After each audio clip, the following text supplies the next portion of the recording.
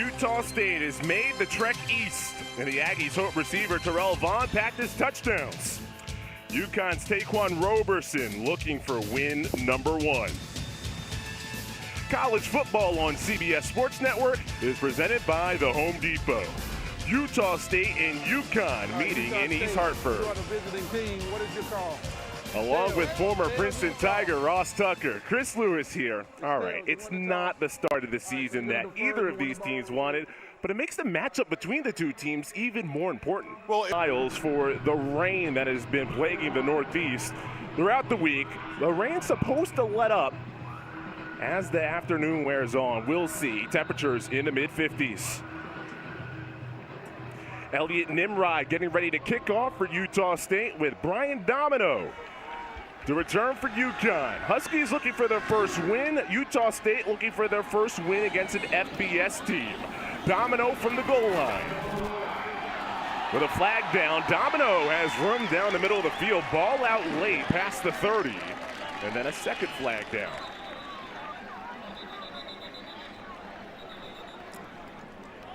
Well, they're going to get UConn for either a hold or a block in the back. It just happens so often when teams return the ball rather than taking the fair catch. First time hearing from our referee, Marcus Woods. Receiving team, number 30, half the distance to the goal, first down. So back goes UConn. Taquan Roberson, who took over for Joe Fignano against Georgia State with his injury. 4th game of the year, 3rd start for the redshirt junior. The Penn State transfer, it's interesting because he's 23 years old, but he just hasn't played a whole lot of football. He was a backup at Penn State, transferred here to UConn, actually got hurt last year against Utah State in the opener, so he's an inexperienced 23-year-old. Every rep matters. As Dick Charlton told us, the offensive coordinator, he's the youngest 23-year-old I know.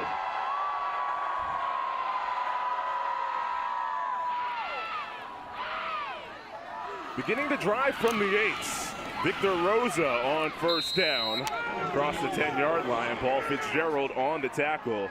UConn on offense with Rosa getting the first touch behind their experienced O-line. The offensive line is the strength of this UConn team, in particular the right guard, Christian Haynes. He is an All-American. He brings a physical edge to that group.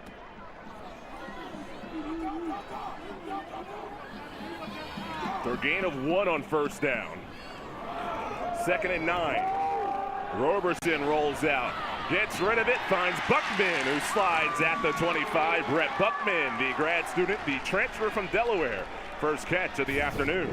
Love those first 2 plays. You'll see Buckman, number 10. He's just going to run the out route there, but what helps that is the bootleg action.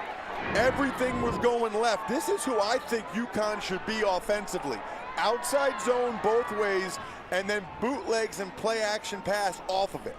Well, trying to find some kind of rhythm, only averaging 13 points per game. 2nd lowest total in the FBS. After the gain of 15, Rosa on first down, burrows forward for a couple. Kale Motuapuaka makes the tackle for the Aggies. Utah State defensively allowing more than 34 a game. Good to see their middle linebacker, MJ Tafisi, back in the lineup. Got hurt last week against JMU. He is an old school thumper, 6 foot, 250. You don't see many like him anymore. 7 tackles and a tackle for a loss a week ago.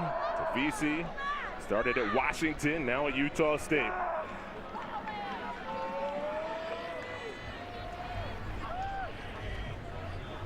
Second and 6.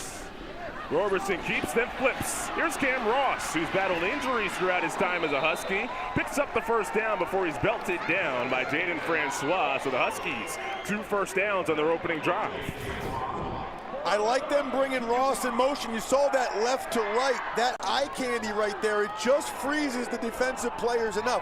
When you fake the dive up the middle, you kind of have to honor that for at least a split second. So when Ross is going in motion across the formation, he's going to get out there to the flat before his defender does. I really like that design from UConn offensive coordinator Nick Charlton. And I always like when Ross gets to talk about Ross. That's always fun for me. Jordan Porter, the New Mexico transfer, in motion. First down. Roberson darts and picks. Devin Dye, second straight straight week with an interception for Utah State, getting the starting safety. Interception. First down, Utah State. He had a great game last week. Well, they kind of baited him into it. Bottom right of your screen, Dye looks like he's going out, and then he comes back in. That is a really good play by Dye. Watch, he acted like he was going with the outside receiver, came right back inside. Utah State is in business. UConn's first drive ends with a Roberson interception as Utah State takes over.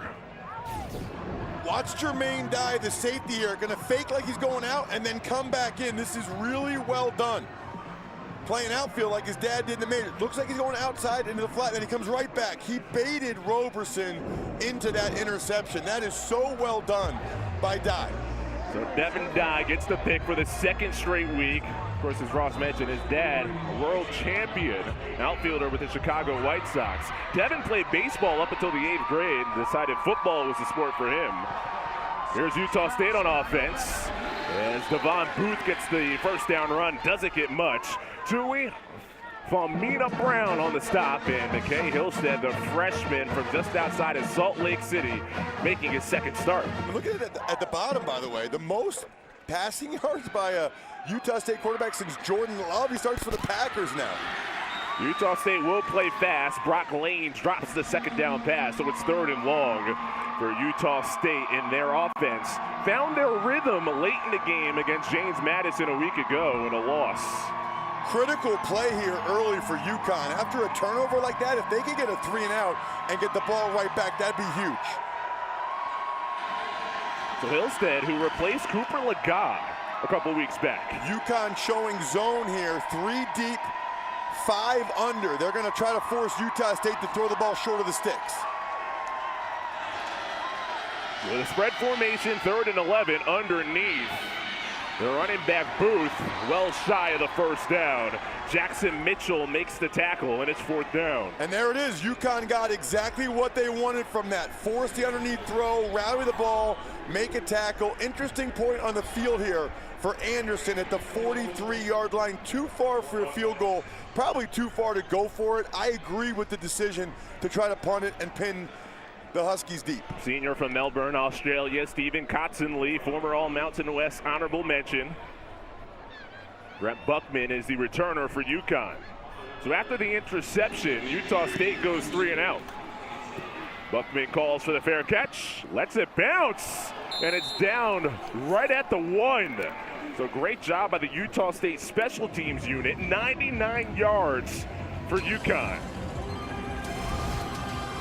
Stephen Cottonley getting involved in the game with an excellent punt.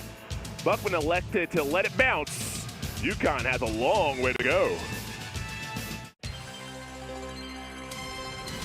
College football on CBS Sports Network is sponsored by the Home Depot. How doers get more done. By Ram Trucks. Built to serve. And by Geico. For all your insurance needs, it's easy to Geico. Some of the great home moments for UConn at Rensselaer Field, including beating Houston, the 13th ranked team, back in 2015. They had a ranked win last year as Roberson sneaks forward on first down against Liberty, who was at the time ranked number 19. Now UConn this year with an 0-4 start. Last year they were 1-4 before Jim Morris' team turned it around, finished the season 5-2, ended up making a bowl, the Myrtle Beach Bowl.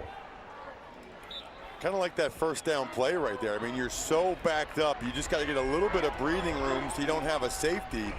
So they called the tush push or brotherly shove, whatever you want to call it, quarterback sneak, get a couple yards. It's the play that's getting all the rage. So Jelani Stafford, by the way, into the game in their Grizzly package, and he gets the handoff here. He's a defensive tackle, and he's a running back in high school. And he gets a couple of yards. Now, a couple of weeks back in their loss against FIU, Stafford had 3 short yardage carries, including one on the goal line where he scored a touchdown. That guy is living my dream right there. 6 foot, 300 pounds. You get to play D tackle, but also carry the ball sometimes. That's another pretty nice play by UConn. I mean, they were backed up on their 1-yard line, and now they have a very reasonable 3rd down here. any situation like this, I think you have to be aware of Roberson's legs. He hasn't used it as much, but in an empty set, that's alert quarterback draw. Here comes pressure, though, from Utah State. Porter in motion, gets the pitch, tries to dance forward, but he is belted. Devin Dye, who had the interception on the last drive, just sticks Porter, and his 4th down. Watch Dye come flying in from the left side of the screen. He is 2 for 2, making big plays. It looked like UConn had something. 23, left side of your screen. I love that angle right there by him, right on the back hip. Anytime you have any type of jet sweep, reverse action, the middle of the field safety has to be the one to see it. Dye is 2 for 2, making big plays already in this game. Dye had a possession against James Madison where on 1st and 2nd down he made impressive tackles, and then on 3rd down he had the interception. George Garrett in the punt, Micah Davis the returner. Davis is speedy. In plus territory, jukes the 40, stays on his feet. Finally knocked out of bounds inside the 35. So a great return for Davis, who had a 35-yard return against James Madison. You mentioned it, Davis has serious speed, but this one was a lot of vision and breaking tackles. Look at the spin move there to break the tackle and get extra yardage. Puts Utah State already in field goal range to start this drive. Sometimes after a big play like that on special teams, teams like to take a shot, go to the end zone, see if they can catch the defense napping. That officially a 28-yard return. Booth in motion, 1st and 10. Freshman Hillstead, who has an arm, but that time too bold, and it's intercepted by Jackson Mitchell. He had a targeting penalty last week in the 1st quarter, had to sit the rest of the contest. Mitchell is back.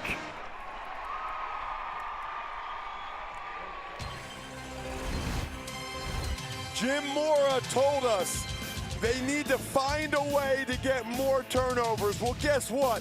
Mr. Connecticut, Jackson Mitchell, to the rescue.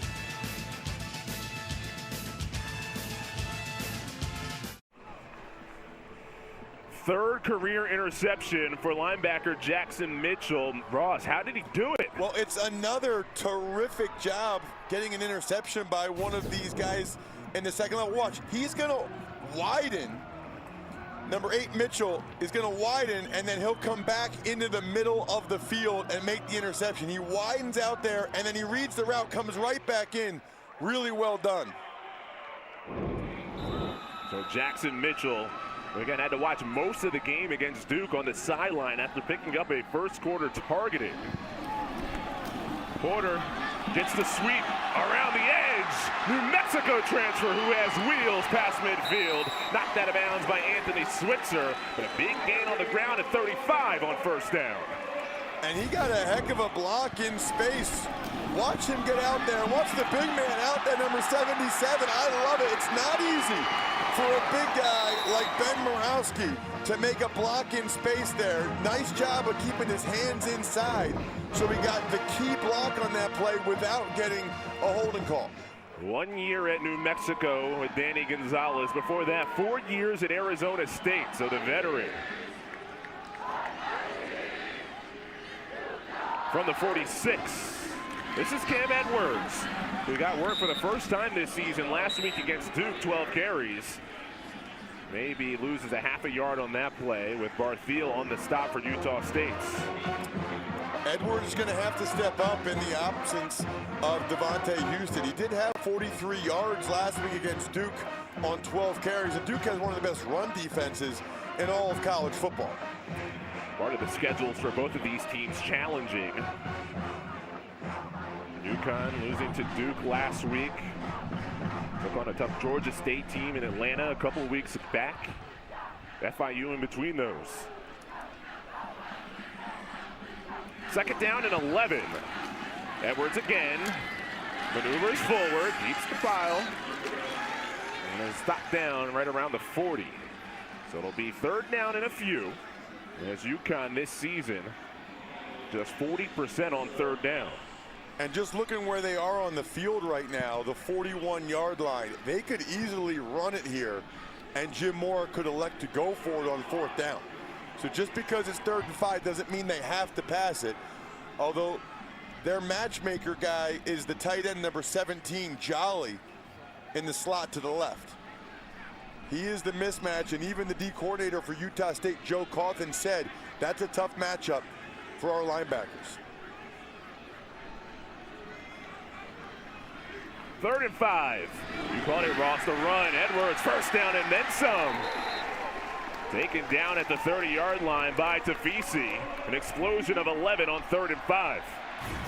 This is UConn football. Watch them run right into your living room. Terrific blocks by both guards on the linebackers. I told you in that situation they could still run it. So often, I think defenders get it in their head, Chris. 3rd and 5, 3rd and 5, pass, pass, pass, 3rd and 5. Nice job by Charlton to realize the situation, that it was very likely 4-down territory, and run the rock. The former head coach at Maine brought over his quarterback from Maine, Joe Fignano, to start the year. He got hurt against Georgia State. First down run, Cam Edwards. Fitzgerald knocks him down. Pickup of about 2.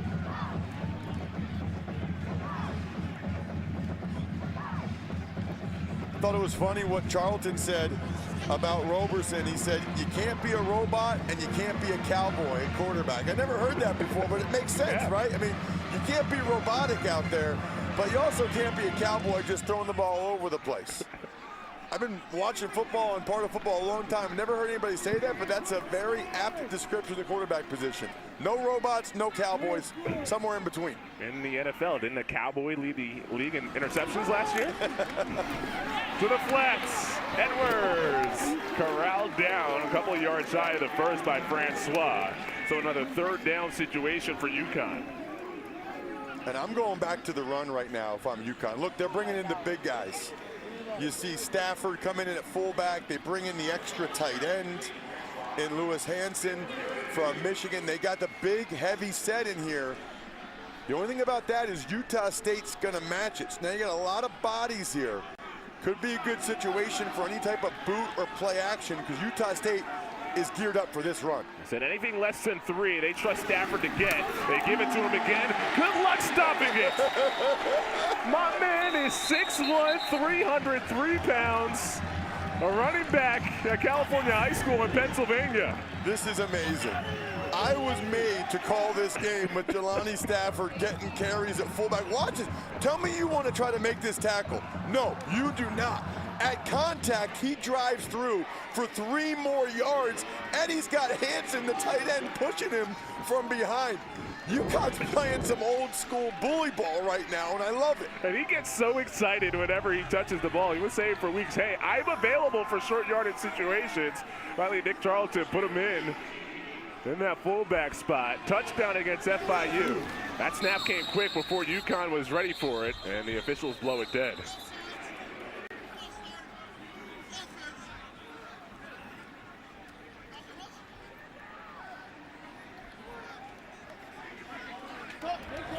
False start.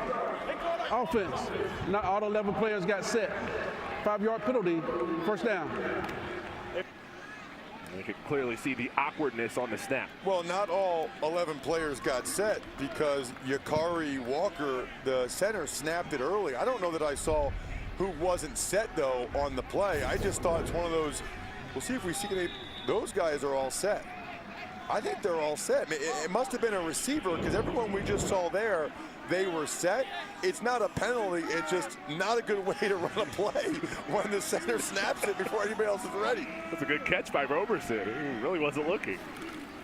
First and 15, Edwards, sophomore from Norwalk, Connecticut, inside the 20. MJ Tafisi, the first to meet him. Really love the desperation of this matchup. UConn 0-4, Utah State 1-3. Watch all these guys leading the way for Edwards. How often do you see this? A lead tight end, a lead wide receiver. I mean, there's a whole lot of bodies in there pushing forward. That's the thing. Both coaches really highlighted the positivity this week. Both felt that they had great practices, feeling like this could be a turnaround week. A backwards pass to Rosa. Jukes, 15, zooms to the 10. He's about a yard shy of the first down. Another short yardage situation. I wonder if we'll see Stafford again. Terrific block by Hansen, 81. You'll see him left side of your screen. Awesome block on Tafisi. Instead, they go quick with the tempo, let Roberson run the sneak, and it looks like he has it indeed. A first down for UConn moving down the field. Really impressive drive right here for the Huskies. Obviously, a lot of it's been on the ground, but a good mix of the passing game. They got to get a touchdown now. They only have 7 red zone trips this season, 4 touchdowns. Especially against this high-powered Utah State offense, they cannot settle for a field goal. Again, look at the bottom. Number 17, Jolly, is the tight end here. 12th play of the drive, and once again, a pre-snap penalty. Looked to me like the left guard. Noel Aforinyadu. Delay a game, defense, disconcerting signals. Number 8, half the distance to the goal, first down. So that is a point of emphasis this year, and perhaps that's why the left guard fall started. You are not allowed to imitate the snap count in any way, right? So if the quarterback is saying blue 80, set hut, none of the defenders can say blue 80 or set hut. They cannot imitate the signals of the quarterback at all. It doesn't get called very often, but it is a point of emphasis. It's a nice job by the officials, if in fact that's what happened out there. Well, first and goal inside the 5.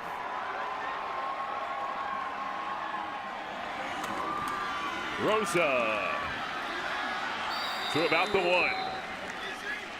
Anthony Switzer prevents the touchdown, second and goal. Well, this should be Stafford time. Here he comes. Although I think UConn has a guy slow to get up. Fortin, the senior offensive lineman who plays as a goal line short yardage tight end, he got rolled up on at the very tail end of that play. Meanwhile, both teams intense. Even though it's raining, action's hot here in Connecticut.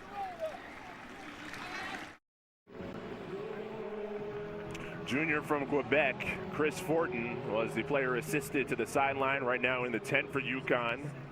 Have a second and goal. Jelani Stafford, the defensive tackle, is in at that fullback spot. Oh, give him the ball. Please give him the ball. He already has 2 carries in this game.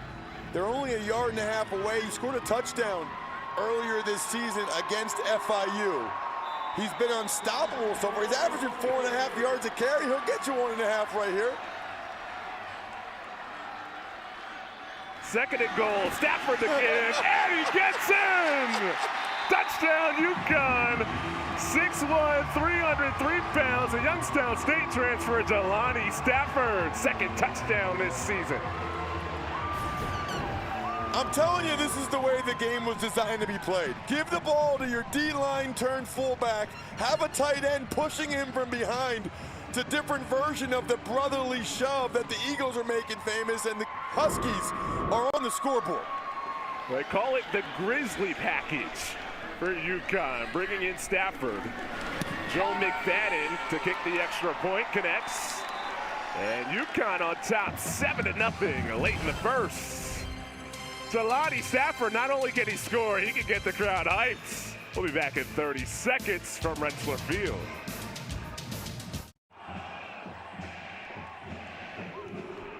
Jelani Stafford punches it in for his second touchdown this season. The defensive tackle who comes in on the Grizzly package for UConn.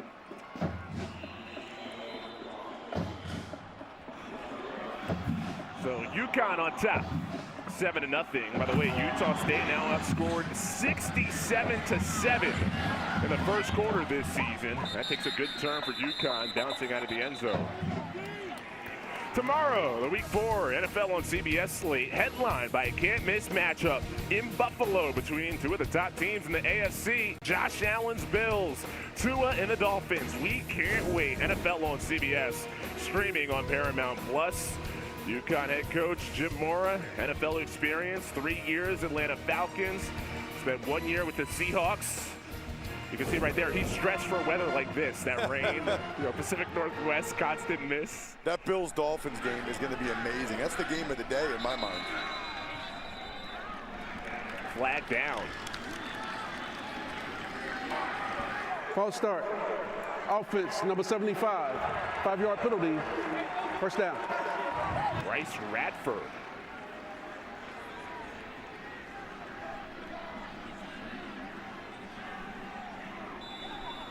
He's number 75, and see him leave at that right guard spot, unless that's Ochuapuaka who's in. No, it is 75 Radford, who is the freshman playing the right guard position here on this drive for Utah State. UConn on defense. They're trying to find some rhythm, forcing turnovers, and they forced a turnover on an interception by Hillstead. 2nd and 14. Hillstead on the move, gets rid of it, and that one's tipped and picked through the hands of Bowman, and Chris Sheeran hangs on.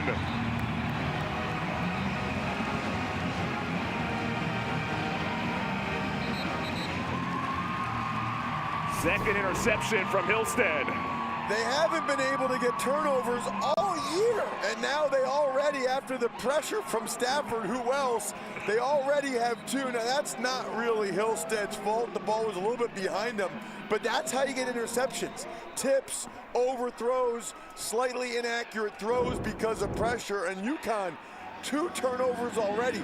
It's funny, Chris, because the D coordinator for Utah State, Joe Coffin, said turnovers are like a disease. Once you catch it, it kind of spreads. Well, he's right, but that's happening right now on the other side for UConn's defense. UConn did not have an interception this season before today, already with 2. The first quarter struggles for Utah State, and it's really been a theme for Blake Anderson, not just this year, his prior 2 years as well. He doesn't really have an answer for it, other than the fact that they are inexperienced and they're usually playing against bigger, more physical teams. Roberson, roll out, sets his feet, unleashes deep, lots of contacts, and flags down. Kevin Clarcius was the receiver. There's 2 different penalties, one back towards the line of scrimmage, where I think one of the UConn offensive linemen might have been downfield, and then obviously down where the ball was thrown. But the receiver for UConn wasn't even trying to catch the ball. He was blocking downfield. Catch it because he couldn't get to it. So a lot to sort out. The fact that he was blocking downfield, and I think one of the offensive linemen was downfield, makes me wonder if that was a run-pass option. Everybody's blocking run unless the ball's thrown right away. A lot of pre-snap action There are as 2 well. fouls on the play. Ineligible player downfield. Offense, number 51. Pass interference. Defense, number 18. The foul's offset. First down. So 51, you can see he's downfield. He's expecting a run there. But I don't know how. Watch to the end of this game. Watch Clarcius right here. I don't know that that's interference on the defense. How is that interference? Clarcius is just trying to block him downfield. I mean, that's either a no call or offensive pass interference. If the receiver just starts blocking the corner in the end zone, that's not a good call. Yeah, it's clearly initiated by Clarcius there. Regardless, offsetting penalties, Roberson keeps it with an impressive juke. Roberson with a first down. Taquan Roberson, the Penn State transfer, showing off his legs. They need to do this more often. There's one guy back to the short side, and Roberson just makes him miss. A nice job against Sloan to get the big yardage. When you run those zone reads and the quarterback pulls it, there's really only one guy responsible for that, and that time it was Sloan. If Roberson's able to make him miss like he just did, you are in business to get a big gain, and UConn back in the red zone again already. 15-yard run. Ross in motion. Ross catches it on the flat and is tripped down. Kean Sloan makes the stop on the final play of the first. UConn off to a great start. Their first lead since week 1. You're watching college football on CBS Sports Network, presented by the Home Depot. UConn in the lead to start the second. Moments ago, Keanu Martin with Utah State head coach Blake Anderson. Coach, I saw you go over there to talk to your quarterback. Obviously, we haven't seen a lot out of him in this offense. What do you want to see going forward? Well, we got to calm down up front. We turned the guy loose, and he's under duress, and we've had a ball off the hands and a great play by the defense, but we've had good field position. We haven't made anything happen. Guys got to help pick him up. He can't do it by himself, and he needs to calm down. Thanks, Coach. Thank you. Well, Kiana, first quarters have been an issue for Utah State this season. That continues. Outscored now 67-7 in the first. Good news for them, UConn's been outscored 54-0 in the second quarter this season. Second down and 9 to go. UConn with Roberson. Roll out, throws it. Jolie jukes, flag. He's in, touchdown. Where that flag was thrown, a lot of times you wonder if the receiver stepped out before he came back in. It was and caught the Roberson. football, because there wasn't really any other contact or any other potential penalty that I'm aware of. Well, where was Jolie Roberson came back in when he threw the ball? Was Roberson perhaps past the line of scrimmage? Well, you know what? I'm looking, and the far side line judge threw that. So there's two separate penalties here, one on both sides of the field. I think that's what they're sorting out right now. You might be right, Chris. Roberson might have been past the line of scrimmage, and Jolie might have been outside and come back in. Illegal forward pass. Offense number 6. 5-yard penalty from the spot of the foul. Lost it down. Third down.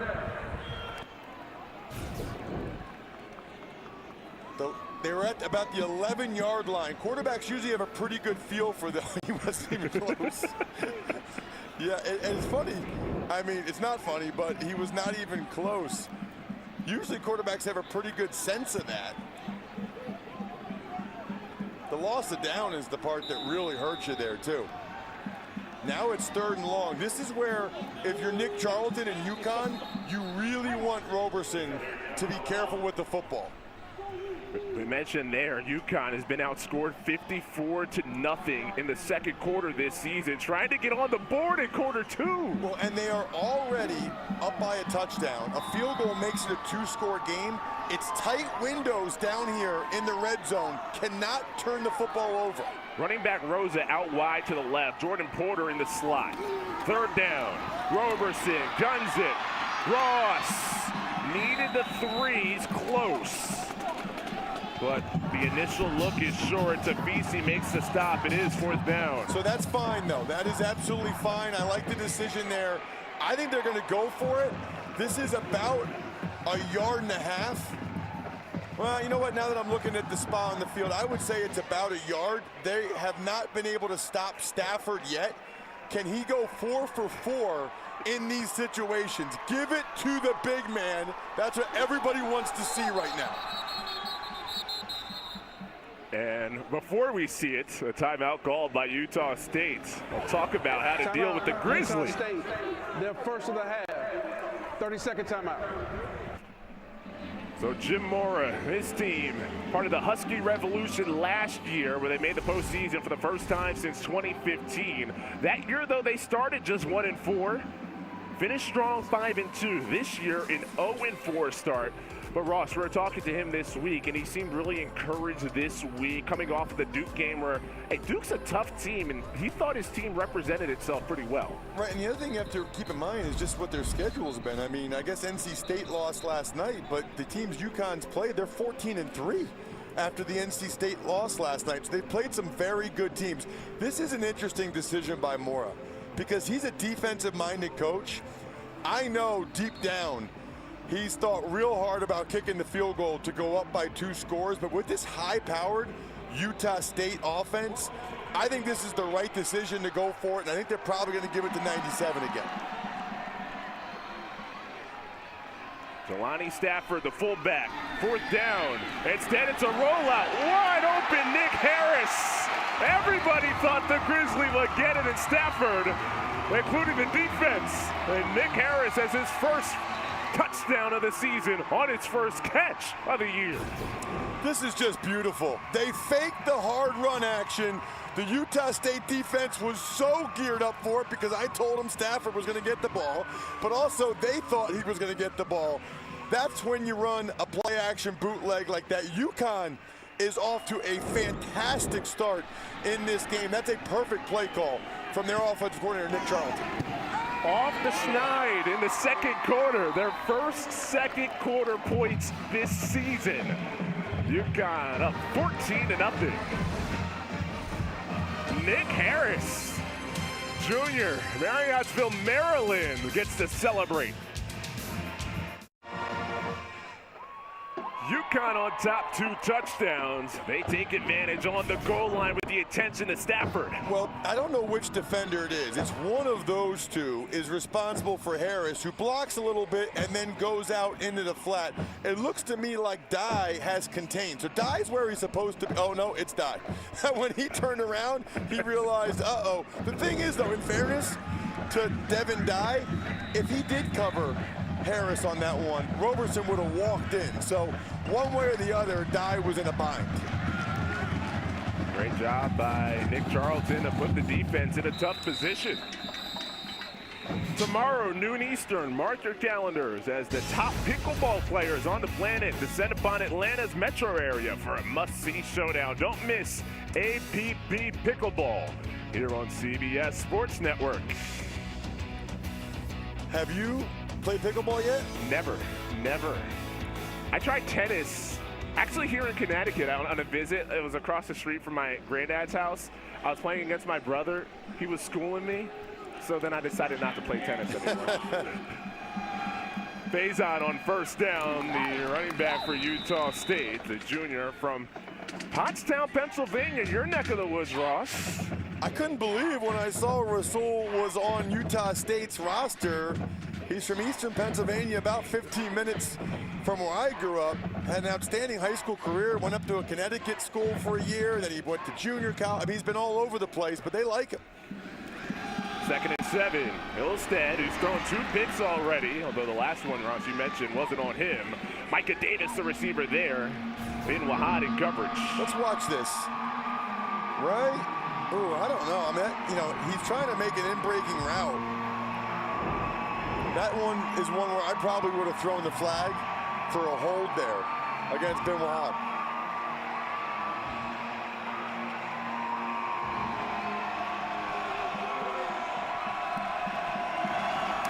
Early movement on a 3rd and 7. They let this play get off. Hillstead swallowed up.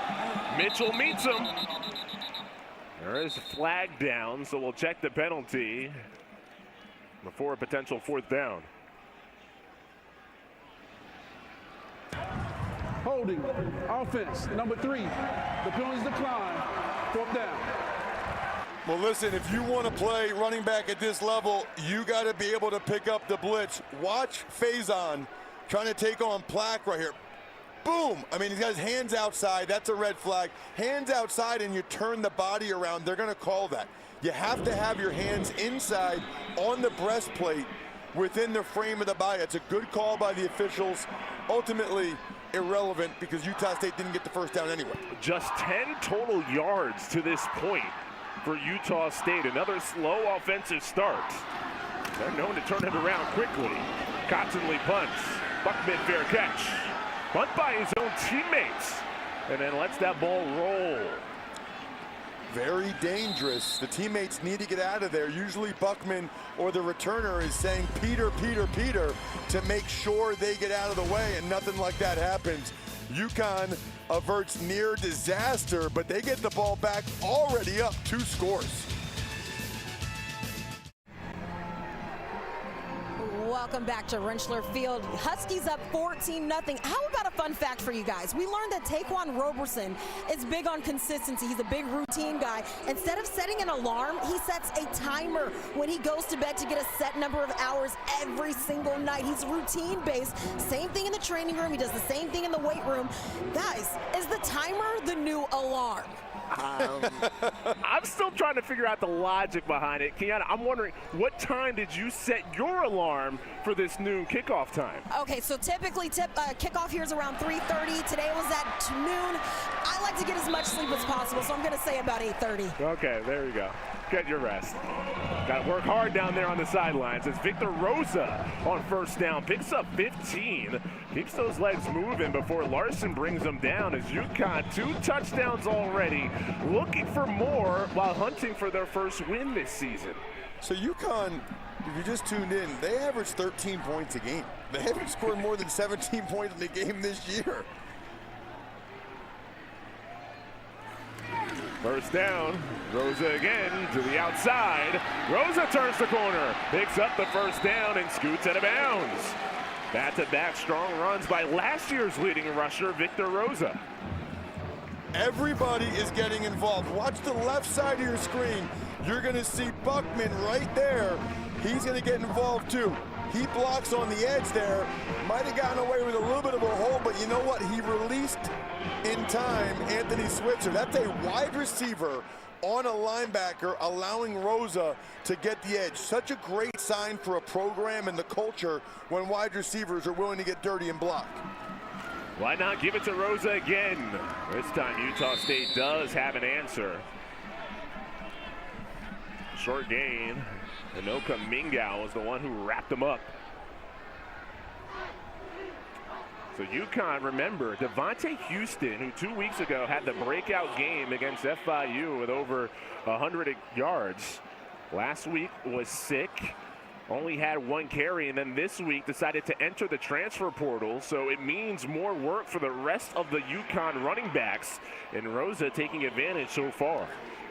UConn has 7 offensive linemen out there on this play. Is UConn doing this stuff just because I'm calling this game? 7 O-linemen. Tight end wing to the top are both O-linemen. UConn staff did their homework. Roberson darts incomplete. Jolie, the tight end, with a diving attempt. A flag, though, in the area of the quarterback. Personal foul, hands to the face, defense number 42, 15-yard penalty, automatic first down. John Ward for Utah State. Take a look at the right side of your screen here. Just a tough penalty going against Chase Lunt. Watch, see the hand get up there, right there at the very tail end. I'm actually surprised it doesn't happen more often, and I'm convinced, Chris, they call it a lot more now than they did when I was playing. It felt like all the time guys used to have the one arm, long arm going up towards my throat and chin strap. How often would you talk to the official? Hey, he's doing this. He's pushing me up here. Yeah, but you tell him after the play. That doesn't help you for the play that just happened. It only helps you if it happens again. That's true. First down run. Cam Edwards, crunch. Sophomore. Gain of 2. And we know how explosive the Utah State offense is. But man, Chris, it feels like even a field goal here would be gigantic for UConn, right? I mean, to get up 3 scores, that's a lot. Now remember, last week, Utah State was down 24-0 to JMU after the first play of the second quarter. They trailed at 1 point, 31-7, scored 21 straight points to start the second half. Utah State, with Blake Anderson as the coach, clearly been a second half team. Edwards. No, check it. That's Roberson on the keep. Fooled me. And Roberson skips ahead to near the 20-yard line. This is who UConn should be.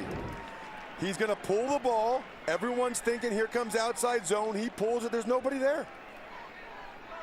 Really well-designed offensive scheme and game plan from the Huskies today. Roberson is athletic. It's one of the things he does very well.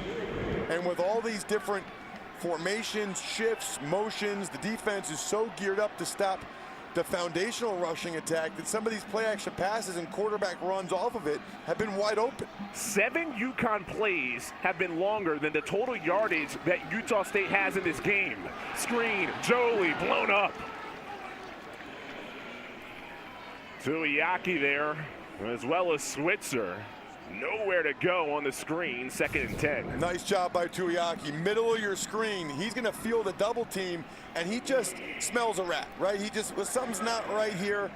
And it's interesting to run a screen off of a fake running back power play because Tuiaki's already just sitting there anyway, trying to stuff the double team, and then you throw a screen right at him. He didn't really even have to do much. 2nd down. Roberson, nobody there. Looked like Porter stopped his route. Onyanwu was covering. Another third down coming up for UConn. Third and real long here. And again, remember, Mora, a defensive-minded head coach. So my thought process in this situation is making sure Roberson takes care of the football. I don't think it's out of the question to run it here, because just getting a field goal to go up 3 scores, man, you don't lose very many football games when you're up 3 scores. See the first 10 attempts by Taquan Roberson. Last week was under 50% completions against a tough Duke defense. Third down, 10 to go. Roberson on the out, diving attempt hauled in. Clarcius on the catch for the Huskies, but he's still about 1.5 yards shy of that first down. They're going right on the football, right on the football. This is usually quarterback sneak when they quick snap it. 4th and 1, Roberson. There's not much movement there, trying to get the push from Rosa. I don't know if he got that. They went with the brotherly shove there, but there was not a lot of movement by the offensive line up front. Excellent job by the Aggies defense. They're going to have to measure, and it's all about the spot. Now, Ross, would it be more advantageous if you're UConn in that situation to slow it up, bring on the Grizzly package? Wow, they're not even going to measure. Wow. What a job by Utah State's defense. Those guys are well coached, and they knew, hey, if they're going quick snap here like this, it's going to be a quarterback sneak. The D-line burrows into the ground. UConn gets no movement, and Utah State finally gets the stop they had to have. College football on CBS Sports Network is sponsored by Old Trapper Beef Jerky. What's your beef? By Sleep Number. Perform next level with Sleep Number smart beds. Only at a Sleep Number store. And by Geico. For all your insurance needs, it's easy to Geico. UConn and their fans enjoying a lead, and I know UConn, the defending basketball champs, kind of like watching the Dean Smith Four Corners offense with the ball control for UConn in this game. They've dominated possession. Can Utah State finally get something going? Their longest drive this game, 71 seconds, as Robert Briggs gets the first down run. This is typically, though, when Utah State starts to get it going. Long mesh point, Briggs gobbled up. Mitchell was the first one there, and that's no surprise. Top 10 in the nation in tackles last season. Third down. You know, Mitchell, like a lot of these guys, had opportunities to go elsewhere in the transfer portal, but he's been such a stalwart for so long, he wanted to stay. Pedal to the metal, 3rd down and 5. The freshman Hillstead with the ball fake. Out of bounds, has the first down. Brinson runs him out. That's the first down for Utah State. He's not a dynamic athlete. I don't even know if I'd call him a dual threat quarterback, but he has just enough that if you're going to leave that wide open seam like that, he's going to be able to pick up a first down or two with his legs, and that was one that the Aggies desperately needed. Hillstead screen. Royals crunched. Met immediately by Chris Sheeran, who has an interception already in this game. Sheeran read the release of the offensive lineman right there. If the offensive lineman just let the D lineman go by him right away, you know it's a screen one way or the other. And Sheeran's now made a couple big plays here early in this game.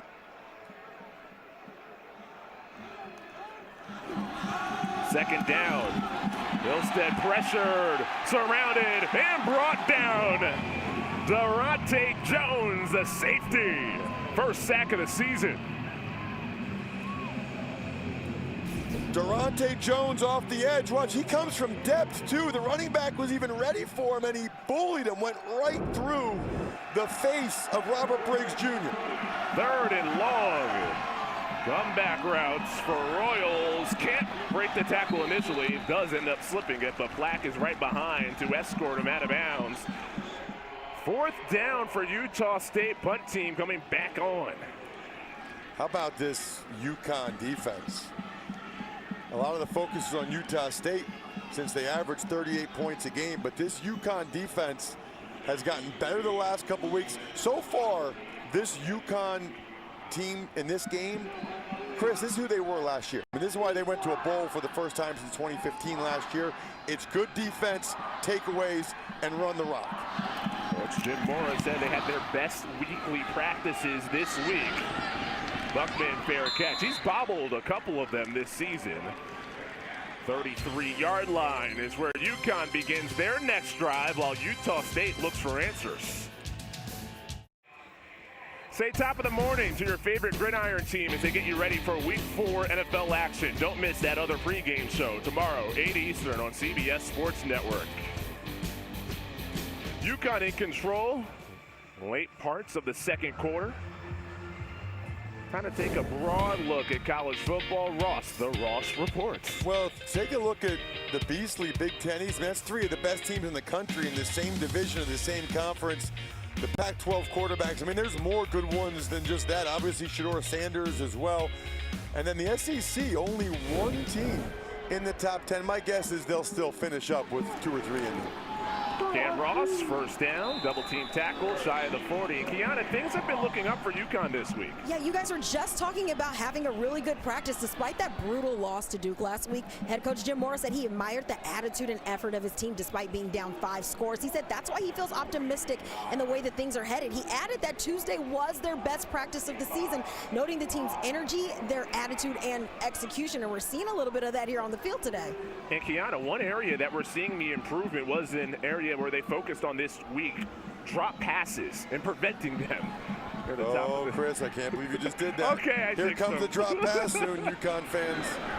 Rosa, you can blame me. Flag down on the outside run on second down. Is that one of those like no-hitter type of things from an announcer? The drop pass jinx? That and the field goal that Justin Tucker never misses. Offense, number 67, 10-yard penalty, second down. So that's the senior Fortin, kind of the 6th man. Watch him all the way to the left here. You have to be especially careful when you're a tight end like that because you're in space. And Switzer tried to beat him inside. Fortin grabbed him with his right hand. That was an obvious hold. If you're Fortin, he was trying to get the edge there on Switzer, but Switzer's only 210 pounds. Fortin's like 310 pounds. That is a tough matchup for him on the outside of the line of scrimmage. That's a spot UConn does not want to be. Behind the down and distance.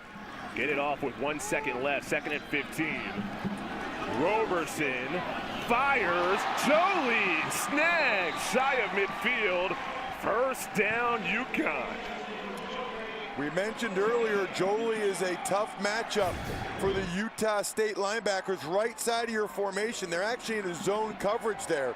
But when they only rush 3, Roberson has so much time. What a beautiful ball over the hands of Sloan right there. Roberson playing by far the best I've seen him play, Chris. I was going to say the same thing. He's looking as good as we've seen all season long. Took over for Joe Fignano in the Week 2 game against Georgia State. The Fignano season-ending shoulder injury. Penn State transfer hands it off. The sophomore from Bristol, Connecticut, Victor Rosa, across midfield, gets to the 45-yard line. Solid run of about 6.5 on first down. I always think it's cool when guys like Rosa or Jackson Mitchell stay in their home state and represent them as well as they have. Rosa playing very, very well for the offensive coordinator, Nick Charlton, only 34 years old. Was a head coach, FCS, before he came here. He's 34 years old. The D coordinator for Utah State, Joe Carlton, it's his 33rd year coaching. A little bit of an age difference. Off the edge, Roberson gets rid of it. It was pressure coming off the edge with Spires. The Bowling Green transfer, third down. Boy, watch this. This could have been real bad. Rosa got just enough to prevent the turnover. Rosa didn't see Spires until it was almost too late, but just making Spires have to avoid him gave Roberson just enough time to get rid of the football. There's Joe Coffin. 33 years coaching against somebody who's 34 years old. I mean, he's been coaching since Charlton basically has been born. What do you say to us? I keep getting older, they keep staying the same age? Something like that. It's like Dazed and Confused. Third down, 4 to go. Quick dart over the middle. Buckman does make the catch. Spotted about a yard shy of the first.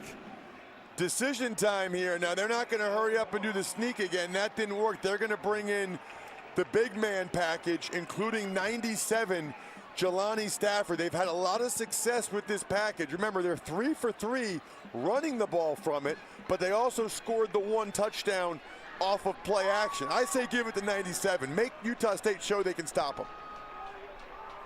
4th and 1, Stafford gets it, big pile, but Stafford keeps it moving, and he has the first down. I mean, what are you going to do? It is like that brotherly shove. Yeah, and he was stopped. He was stopped on his initial charge. But look at all the bodies pushing. Look at, there's like 15 dudes in there, all pushing either way. But Stafford, if you're 6 foot 303, you got a powerful lower body. He just keeps pumping those legs. Man, I love this. This is football. As I've called games with you all season long, this is as excited as you've been. Well, and rightfully so. I like when the big guys get the football and get to show what type of athletes they are. This game is awesome. Approaching the 2-minute to go mark. Rosa gains 1. Interesting to see Blake Anderson, the Utah State head coach, use his first timeout here. That's showing a lot of confidence in his offense. Timeout, Utah State, their second of the half, 30-second timeout. Second timeout for Utah State. Coming up on the Ram Trucks halftime report, Adam Zucker, Brian Jones, Rick Neuheisel will get you caught up on the latest highlights from around college football. It's coming up on the Ram Trucks halftime report. I love those guys. When I go back and I watch the replays of the games, I watch the halftime because BJ's just hilarious. I love to see how he's dressed. Coach Neuheisel always makes terrific points. Zucker's the man, consummate professional. Love the halftime show. And my favorite show, I have it set to record every week, Inside College Football. The crew does an awesome job midweek. I love that show. Randy Cross. Yeah, it's a great. Aaron Taylor. I think what we're learning here is the more offensive linemen on television, the better the show is. I knew it had to come down Network to that. Executives, everybody out there, movie producers, more O-linemen. I thought it was a genuine comment, and then all of a sudden the self-interest comes. Interesting timeout, by the way, by Anderson. I guess he feels like with UConn having all 3 timeouts, the time's not really a concern for their part of it. Roberson to the flats. Rosa loses and regathers. He lost that ball, caught it in the air, and kept moving up the field. And got hit while he was doing it. I mean, how do you lose a football, get hit while you watch? Loses it, catches it. I mean, that is good fortune. Sometimes you are just living right. Harris did a terrific job for Utah State to rip the ball out, and it went right back to Rosa. I mean, Chris, my pop-up used to always tell me it's an oblong ball. You don't know which direction it's going to go. Not to mention, still wet on that grass field. It's been rainy throughout. 3rd down here, and they have Stafford in the game. This would be a great play to go for it, a play-action pass. And you called it play-action pass. How about Stafford in the flat? Oh my Stafford makes the catch. Oh my gosh. Inside the 25. This is one of the best moments of my life. What is happening? Now we're faking the ball to the fullback. He's actually a 300-pound D lineman. The linebacker can't stay with him. Look how natural he is catching the ball. This guy's a weapon. He's not a D lineman. He's not a fullback. This guy is just a football weapon.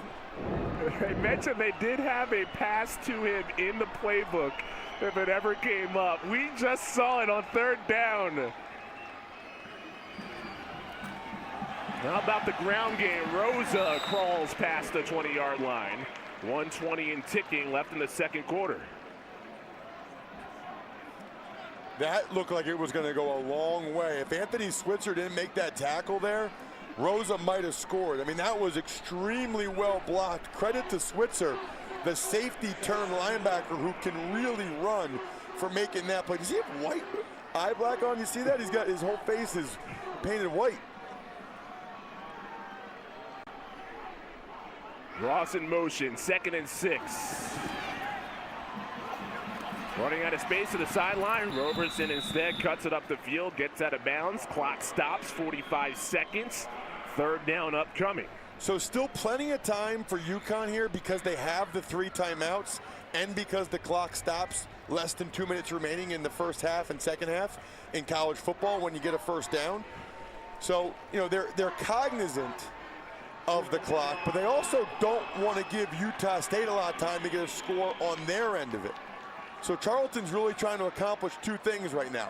Get points and take the clock all the way down so that Utah State's possession is as limited as possible. Empty here. Is this where a QB draw could be in the mix? 3rd and 5. A set throw to the screen, and Rosa, it's over his head. That was a forward pass, incomplete. And now it's 4th down, and we'll likely see the field goal unit for UConn. So Rosa probably would have gotten the first down there, but at a minimum, you're thinking he's going to catch it and keep the clock moving. But Roberson's worst pass of the day so far, and so that stops the clock. So now you have a field goal attempt, and Utah State will have enough time with the way they move the ball to potentially try to get some points here. And a kicker who has been struggling, Joe McFadden, just 1 for 3 on the season, missed all of last year with a knee injury. 36-yard attempts. And that one's clean. UConn's best half of the season, leading 17-0.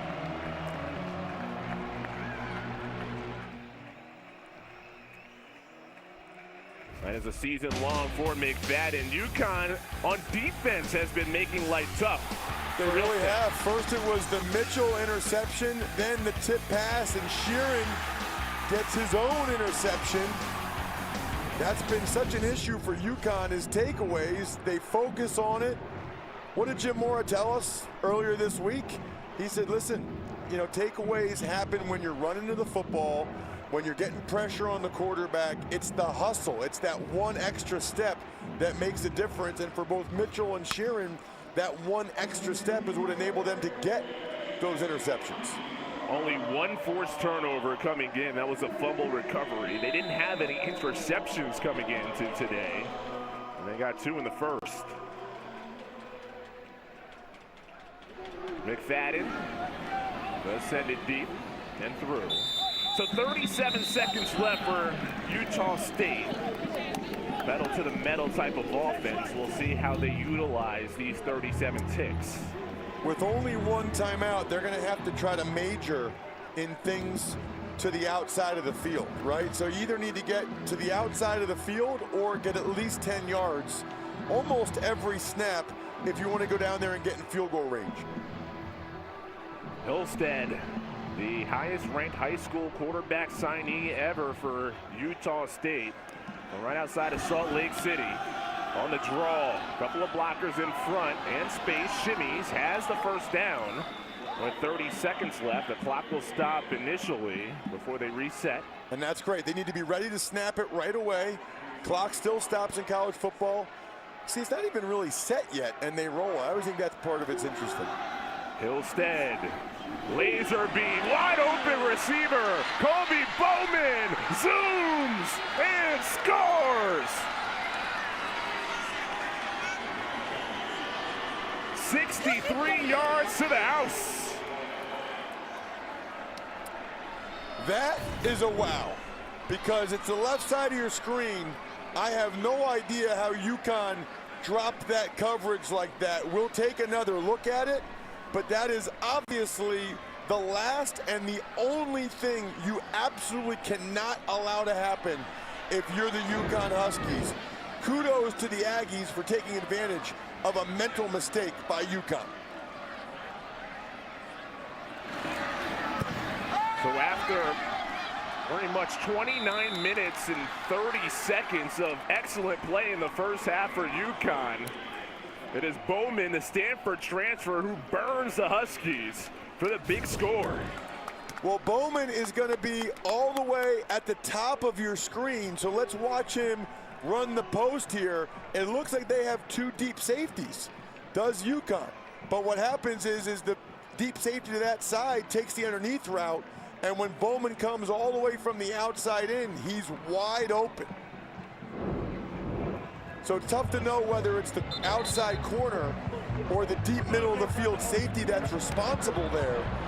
But that was a really nice design by Blake Anderson and the Aggies offense, and an unacceptable error by Jim Mora's defense. How about this for deja vu? Last week, Kobe Bowman had his first career touchdown, 63 yards.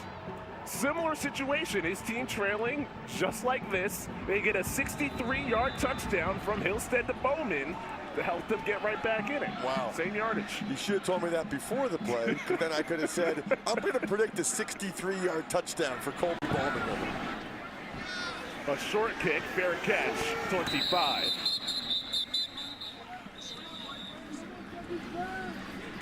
So the final 3 quarters last week against James Madison is where Hillstead really started to lead the squad. Over 400 passing yards. Final 3 quarters, the ground game got going against the best rushing defense in the country coming in, James Madison. But again, that slow start doomed them. Well, it did, but it was 38-38 with 10 minutes left in the game, so they still could have won it at that point. But I can't even begin to try to describe how significant that touchdown was there for Utah State. I believe that momentum going into halftime is a very, very real thing. And as UConn takes a knee here, these two teams, even though UConn's up by 10, it's not going to feel like it when these two teams get into their locker room. In this position, playing from behind, they've been outscored 87-27 in the first half of their losses this season. So he said this team just needs to settle down and get back to fundamentals because he knows what they can do in the second half. Speaking of, Jim Mora said he is well aware of what this team can do in the second half. That's why he really wants to challenge this team to really put pressure on the quarterback going forward, guys. Indeed, there was a flag down as well on that kick return, and it's against Utah State. So correction, half the distance to the goal. First down. The challenges that you mentioned, Kiana, with Blake Anderson, they'll have to continue for a little bit, being driven half the distance to the goal. This drive will start about the 12. I've never heard of some of the stats for Utah State in terms of coming from behind. I mean, they've won 12 from behind under Blake Anderson. 7 of them have been double digits. 5 of their 6 wins last year, 5 in the fourth quarter. They are the cardiac kids. And it's Hillstead who keeps it this time and slides before the hit, side of the 20-yard line.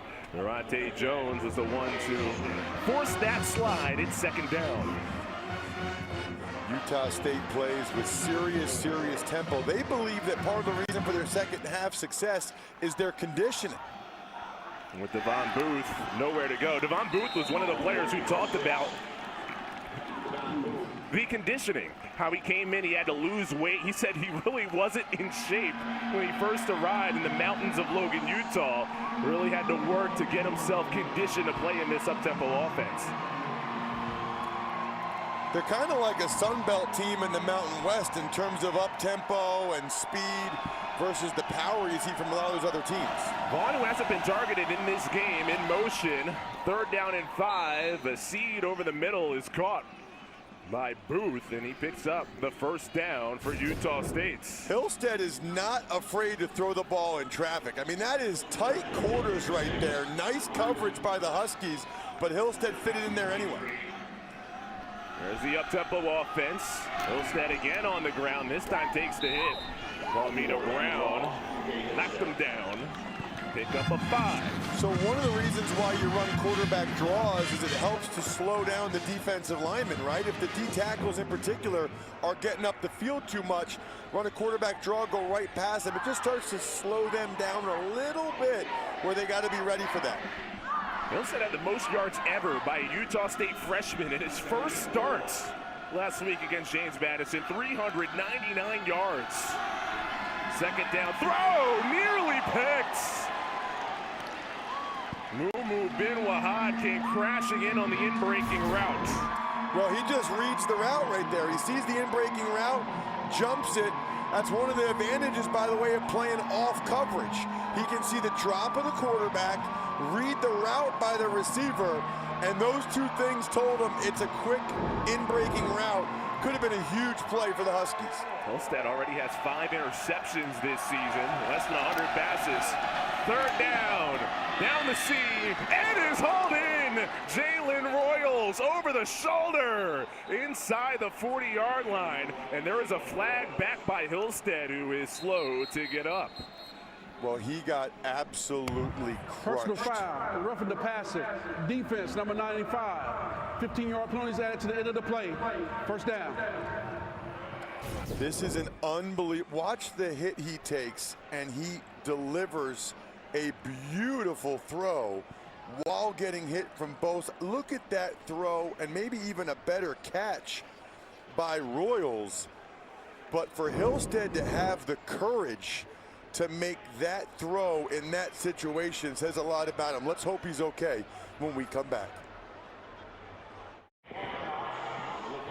Cooper Lagat in the huddle for Utah State. We hope McKay Hillstead is okay. The starting quarterback took a big hit. From both sides. It was Eric Watts from the right, Jackson Mitchell from the left, and he got crunched. Watch this second angle. I don't like this one because as he goes down, he doesn't even really try to brace his fall. Always concerning when a guy goes to the ground like that without really trying to brace their fall. So McKay Hillstead in the medical tent while Cooper Lagat takes over at quarterback. He was the season opening starter for Utah State. And before his first play, early movement. False start. Offense, number 75. 5-yard penalty. First down. And you've probably heard me say this before, Chris, but that happens all the time when a new quarterback comes in. Because no two quarterbacks have the exact same cadence or rhythm, right? So a new quarterback comes in, and his blue 80, said Hutt, is a little bit different than Hillstead's. Well, Lagat did start this season and does have a lot of experience, including being the 2021 LA Bowl MVP for Utah State. And he goes to work through the air. Deep down the right side. Terrell Vaughn targeted for the first time, and there is the flag as Sheeran was in coverage. I don't know why the fans are booing. You have to call that. I mean, he didn't even turn around to make a play on the football.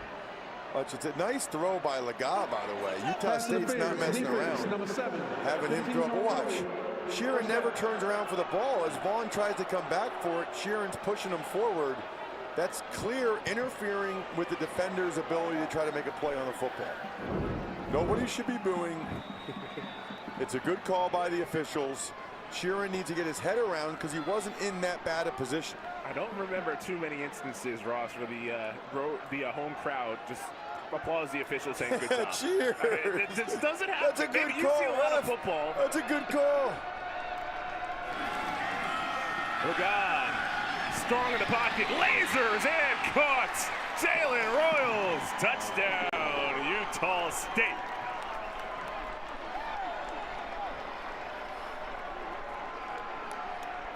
Well, Utah State's not afraid, are they? Royals, again, it looks like it's zone. That's another miscommunication there. I mean, you've got the safety who thinks he's playing man coverage, and the corner thinks he's in zone coverage. That's 2 touchdowns the Huskies have given up, where it appears to be a miscommunication or a mental mistake by the Huskies secondary. Really costly. Extra point by Elliott Nimrod, and Utah State, after being down 17-0, within 3. Cooper Lagat in off the bench. Experienced starter, this time in relief. Loves the PT, and his team down 3.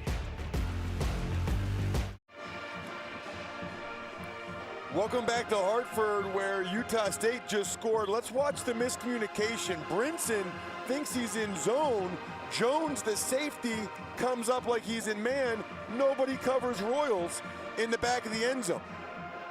The corner and safety absolutely have to be on the same page there. Honestly, it's one of those deals, Chris, where if they're both wrong, they're still right? Like if it's supposed to be zone, but they're both playing man, it's fine. If it's supposed to be man, they're both playing zone, it's fine. You can't have one doing one and the other doing the other. Well, Cooper Lagat takes advantage. His 4th game played this season. He started the first 2, was benched in the game against Air Force. Coach Blake Anderson said he just wasn't seeing things properly, wasn't getting rid of the ball when he needed to.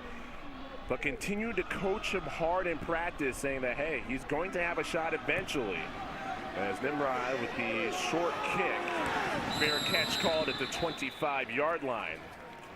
Time to take a look at the AP poll powered by Ram Trucks. A couple of teams idle this week. At the top, though, Georgia at Auburn, 3:30 Eastern on CBS. Not an easy place to play. Huge rivalry game. And Georgia, you know, they haven't looked as dominant so far this year as they did the last couple years. That game could be tricky. Saw Northwestern and Penn State, by the way, tied at 10. Not something I expected to see on that screen.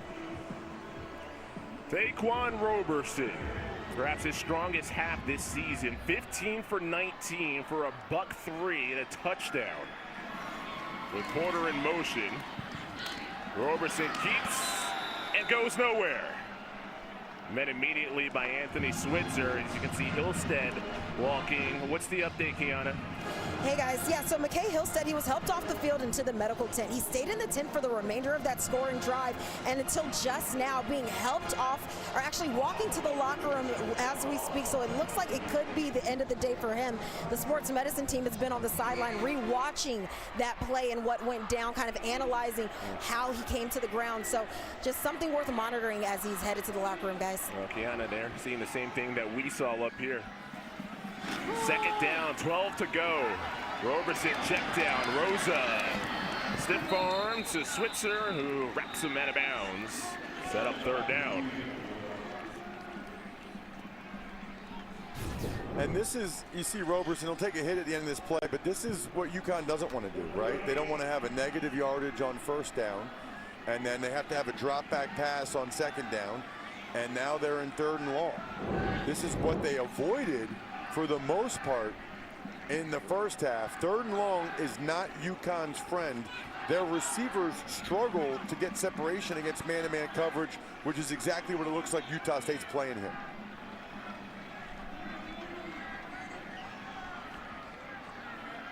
Need to get to the 35-yard line to pick up the first down. Over the middle, just out of the reach of Buckman.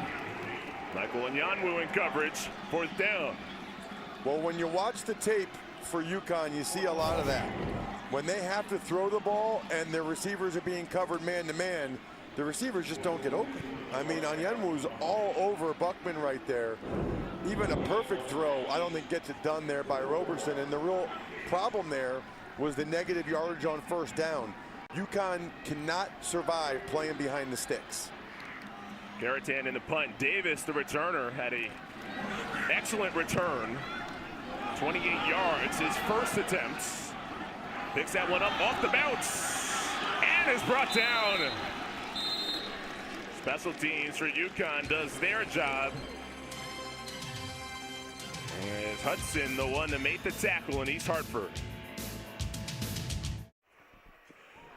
Utah State has pulled within 3. They have the football. Their last drive, adventurous. McKay Hillstead let loose on this pass, but took a hit. He really did, and again, he didn't really brace himself for impact when he hit the ground, but it was a beautiful throw, which led to this easy touchdown from Cooper Legas of Royals. Cooper Legas has played very well at times in Blake Anderson's offense, and he certainly has the physical ability. How many state championships did this guy win in football? Not 1, not 2, not 3, 6. 6 state championships. How about the football, wrestling, and javelin? Man. Triple threat. Brock Lane, tight end for Utah State, makes his first catch. Give me all the quarterbacks that win state championships in wrestling. Are you kidding me? The toughness to be a wrestling state champ? That is serious. 1 yard shy of the first down. Legas, Lane again, undercuts at midfield by Malik Dixon Williams. But he does have the first down, Ross. The issue for Legas has been that he doesn't always get the ball out of his hands quickly. Boy, he is so far, right? I mean, he is seeing things quickly, processing it, getting rid of the ball very quickly. This is a really good sign for Legas. Handed off, Devon Booth into plus territory. CBS Sports celebrates Hispanic Heritage Month. Utah State in the Mountain West. Mountain West Conference has 2 head coaches with Hispanic backgrounds. Andy Avalos, Boise State. Danny Gonzalez from New Mexico.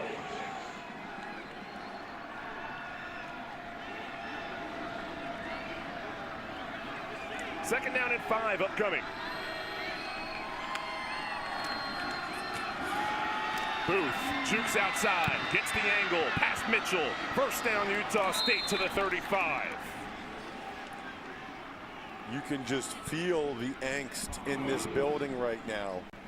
The UConn faithful do not like what they're seeing. It feels like all the air went out of the building with that touchdown at the end of the first quarter by Utah State. Laga gets rid of it, complete right at the first down sticks. Micah Davis with Jones making the tackle. Another Utah State first down. The blitz comes from the light, and Laga sees it. He is really playing well right now. Laga felt the blitz coming from his right and threw the ball right where the blitz came from. Booth, hot tied down. A vicious tackle by Colin McCarthy. Left side of your screen, watch McCarthy get off the block and make the play there without going to the headgear. It's a nice job by McCarthy, and UConn needed that. Well, McCarthy is still down. Utah State on the move in East Hartford.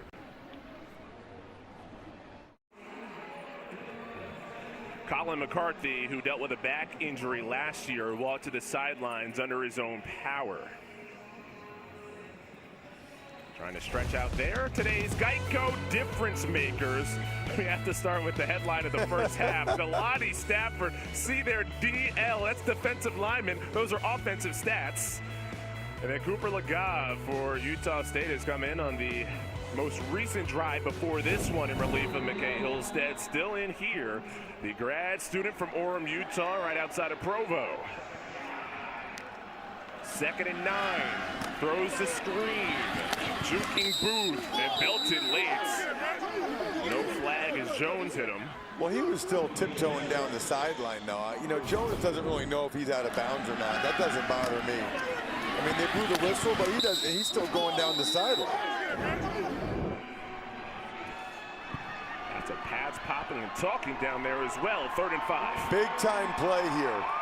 Laga is a good athlete himself. He can run it. Interesting to see the bunch sets here by Utah State, a constricted formation. When they're inside like this, it's more of a chance for an out-breaking route to try to get to one of the receivers going out. Play clock at just 2 and a timeout for Utah State. 17-14. UConn leads. Utah State trying to strike to go in front. Blake Anderson's team, known for its powerful offenses, going back to his time at Arkansas State where he spent 7 years. Take a look at his profile. Record excellent. Arkansas State from 2014 to 2020. Took over Utah State 2021. What did he do in year 1? All he did was win the Mountain West, one of the best seasons that Utah State has had in the last decade. I never even heard of that. I mean, they were the first FBS team to go from 0 or 1 win to 11 wins the following season. Just incredible first year that Anderson had. They have a young team. Now they've changed the play here. Remember, before they called timeout, they had a more congested formation. Now they're spreading them out a little bit more. Terrell Vaughn in the slot, top of the screen, 3rd and 5. They flip it. Booth, pinball down, right at the 20-yard line, shy of the first. Chris Sheeran, who's had an impact in this game all 3 quarters, makes the stop. Nice job by Sheeran. He's going to come off the edge, left side of your screen. Sheeran beat the block by the tight end Brock Lane. That was the key. Allowed the rest of his buddies like Mitchell to come in and clean up. He's the one that got the first hit in there. Anderson going to kick a field goal here. This is the right call, obviously. You're down 3 points, 4th and 5. It's not like it's 4th and 1. Jacob Garcia, long snapper. Stephen Cottonlee, the holder. Elliot Nimrod is the kicker. And gets it through from 37, which is the exact distance he missed the kick last week against James Madison. All knotted up at 17 with 6:56 to go in the third. Here, seeing this more and more. Stafford still in there in the T formation. Please give it the 97. For me, for nobody else, for me. Stafford in the middle there. It's at his Rosa. He stood upside. Switzer first to meet him. Ross was calling for it to be Stafford getting the carry. Instead, it's fourth down. Boy, that's a big miss by UConn. Nobody blocked the defender off the edge. Watch Switzer off the edge. I mean, you know, nobody had eyes on him. It looked to me like Hansen, 81, could have peeled off and blocked them off the edge. You don't know their responsibility, but that is a brutal mistake by UConn. I mean, obviously, I'm playing around about giving the ball to Stafford, although he hasn't been stopped yet. But you can't let the outside linebacker come off the edge scot-free like that. So Carrington back in to punt. Davis to return. There's a flag. Davis nowhere to go.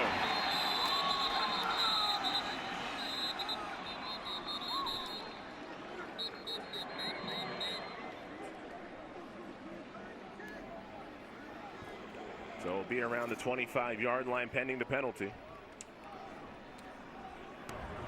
Doing the kick. Holding. Receiving team, number 22. 10-yard penalty from the end of the kick. First down. So back towards the 15-yard line. Utah State back to work on offense. Cooper Laga back on the field for more. Kiana. Yeah, guys, Blake Anderson said it wasn't without a lot of conversation when they decided to go with McKay Hillstead over Cooper Laga. He said Cooper wasn't completely surprised through spring, summer, even fall camp, just explaining to him the things that he needed to change. Some things just weren't natural for him. But now looking at practice, he said he's coaching the crap out of him, his exact words. He said that Laga is doing great at practice. He was waiting for his opportunity. Obviously, they didn't expect it to be this early, but they've been saying he's going to get his chance, and didn't expect it to be now, guys. Yeah, it was really interesting, the move being made in the Air Force game in the second quarter as Laga does the shovel pass to Faison, who has first down yardage for Utah State, scoring on 3 consecutive drives. Very nifty play there. Wasn't quite the no-look shovel pass like Tua Tagovailoa last week, but get everybody up the field and then just shovel it behind them. You see the time of possession for Utah State this quarter, more than the entire first half. Stafford the one to make the tackle on the run from Laga. To the 31-yard line. I'll actually say the 30. Just in case you think he's only playing offense in this game. Stafford still getting pressure, still making tackles like that one right there.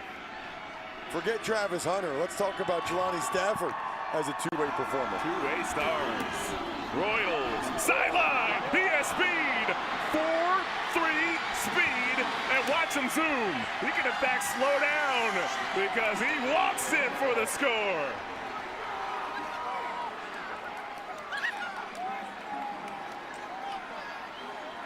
"71 yards for Utah State to take the lead."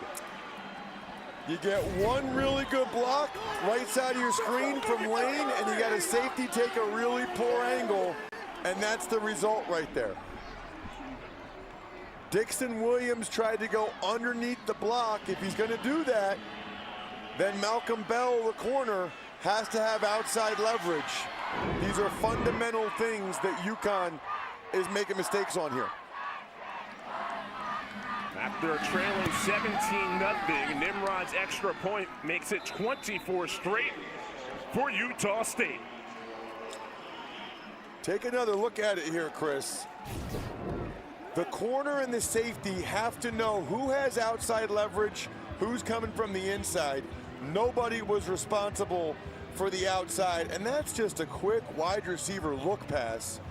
That cannot be a 70-some yard touchdown against you. Watch, bottom of your screen. Bell's not able to get outside leverage. I would think he's supposed to have outside leverage there. You don't know. And if Dixon Williams is going to run underneath it, he's got to be able to make the play. The first career 2-touchdown game for Jalen Royals, the junior from Powder Springs, Georgia. A speedy receiving core. He might be the fastest 4.3 speed What did Coach Anderson tell us?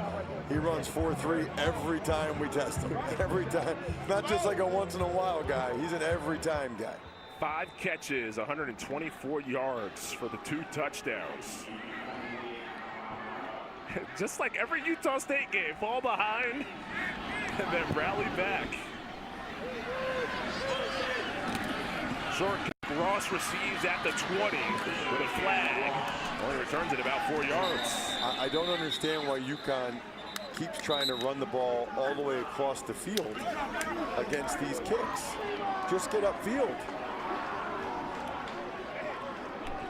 By the way, that was Levi Williams on special teams for Utah State on that tackle. We'll get to him after this. Doing a return, personal foul, face mask, receiving team, number 3. Half the distance to the goal, first down. Okay, Levi Williams is a quarterback. He was a quarterback at Wyoming, transferred here to Utah State, and has basically been the backup or third quarterback. And a couple of weeks back, he walked into Blake Anderson's office and said, hey, I want to be utilized in some other ways, perhaps special teams, use my athleticism. He's a guy who loves to play. Coach Anderson says he's just a grown man, wants to be a Navy SEAL after his time at Utah State. Just really one of the guys that everybody on the staff of the Aggies raves about his character. Only a 1 touchdown deficit now for UConn. There's no reason to get away from their original game plan, which was working. Rosa, outside run, cuts up the field. Ball slipped down shy of the 20. They say he was down. But again, there we go, Chris. First down run. First down is usually the hardest down to run the ball because the opposition is expecting you to potentially run it, and they're still getting 7-8 yards on some of these runs. After the 6-yard pickup. Edwards. Past the 20. Still up. Wow. Crawls forward. Shy of the 35-yard line. J.D. Drew finally knocked him down. Looked like Edwards would be stopped. Somehow tunneled through the traffic. And this is the outside zone to the right. Everybody runs to the right. You try to hook your defender. Edwards maintaining his balance. That's back-to-back plays. They're the same play. Run the different sides. And UConn is moving the ball effectively again on the ground. This is who they are. It's who they need to be. 15 yards on the last run. UConn, 177 rushing yards. Another run for Edwards. Flopped, 37-yard line. Kean Sloan for Utah State gets credit for the tackle.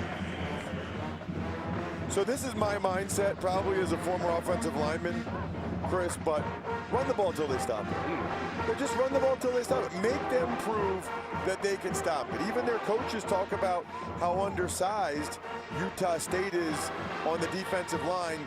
You're ripping off 5+ yards a carry for 3 runs in a row. Make the Aggies prove that they can stop the run. In a way, it's size of UConn versus the speed of Utah State. 2nd and 5. More running, more Edwards, I love and more UConn first downs. I love it. Thank you. This is when I get excited, when I feel like the CBS Sports Network feed is being pumped into the coaches' headsets. Let's just keep running the rock if you're the Huskies. The best unit on the team is probably the offensive line. Certainly the O-line and the D-line. And they're having success. Look at that, by the way. That is unreal. But UConn's on the move here now for the first time in the second half. From the 46, Edwards tunnels through again, lowers the shoulder, has 10 and a Husky first down. If it ain't broke, don't fix it. This is like old school, old-fashioned Big Ten football, Ohio State, Michigan. I'd say 3 yards in a cloud of dust, but UConn's getting 6 to 10 yards on most of these runs right now, as it really does feel like their O-line is starting to wear down the Utah State front. Bringing an extra tight end in Hansen. And run behind him with Edwards. Finally a stop.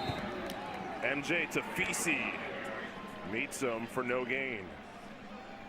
That was even pretty well blocked right there. Tafisi made a heck of a play. Watch Tafisi. He's going to end up running underneath this block, but it was well blocked to the right. If Tafisi, watch the tight end 81 right there. If Hansen gets a little bit more of Tafisi there, that's a long run again. Credit Tafisi for what they call running underneath the block of Hansen. Hansen needed to stop a little bit earlier. That's the end 3 of the quarters quarter. done. A game in which UConn led it 17-0. Utah State now has the lead 24-17. You're watching college football on CBS Sports Network, presented by the Home Depot.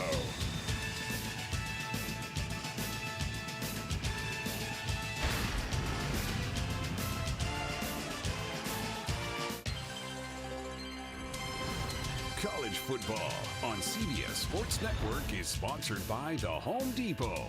How doers get more done. By Ram Trucks, built to serve. And by Rogue, don't weaken. This is the third meeting between these teams. The first came 2001. Utah State beat UConn in stores 38-31. That was Utah State's last win in the Eastern Time Zone. To get another one here, UConn on the move to start the fourth quarter. Victor Rosa, the sophomore from Bristol, Connecticut, nearby, picks up first down yardage. Rosa just came out of the backfield, and it was a miscommunication this time by the Utah State secondary. Rosa was wide open. I think Utah State probably was still thinking, here comes the boom with the run game. UConn switched it up on him with a pass. I would think that the Huskies come right back here with a run. I'm going to guess outside zone to the right with Rosa. They fake the run to the right. Roberson unleashes. Wide open! Touchdown! Jordan Porter. There is a flag down, though, by the quarterback. Porter shrugs his shoulders. Now continues to celebrate. That is the second time in this game that I predicted a run, and I think Utah State was thinking the same thing I was thinking, because Nick Charlton, the UConn OC, called play action off of it. Roughing the passer. Defense number 42. The 15-yard penalty is enforced on the kick. The result of the play is a touchdown. On Ward roughing the passer. What a beautiful throw by Roberson. You can't have the contact to the head. He's a defenseless player, so they fake the run, this time to the left, and they get a wide open receiver in Porter, the New Mexico transfer. Interesting, by the way, because this is one where two things. One is they could take another look at that, because that was a hit to the head or neck area of a defenseless player.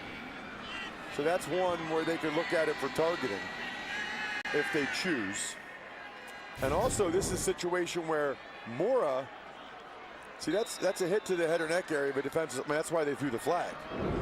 But at any rate, Mora could have taken the penalty here and gone for 2 to try to take the lead, but I think this is the right call. Extra point, McFadden ties it up, 24-all, start of the fourth. A drive that was a lot of runs. Finally a pass, a couple of them, including this one. Jordan Porter. Back and forth we go in East Hartford.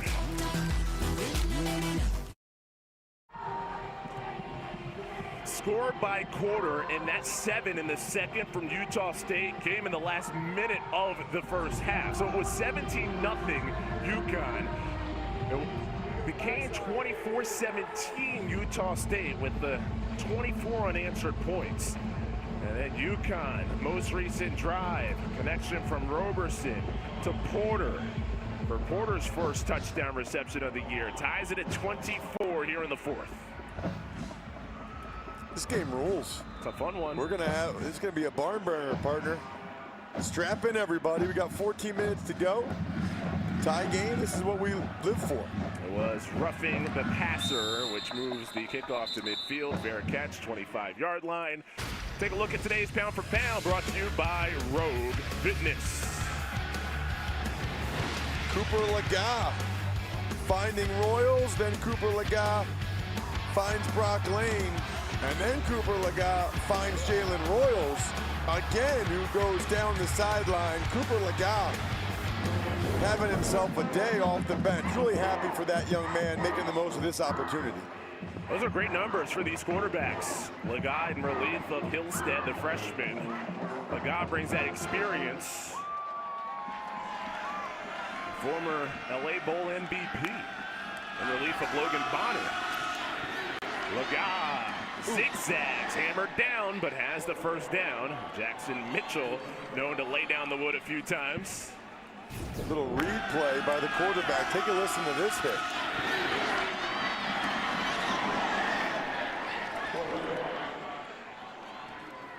Man. Yeah, those hits are hard. How would you know? Looking at monitors like that. Rasul, Faison shuffles forward on first down and second down and about 3 for Utah State. Interesting to see the Aggies come out and run the ball first couple times here. Faison again, elects to go the other way, wrapped up by Mitchell. Maybe gets one, so it's third down. Big opportunity here for the Huskies to get a stop. Always have to be alert for the quarterback's legs. Lega's run it successfully a couple times. He could read this play. 3rd and 1.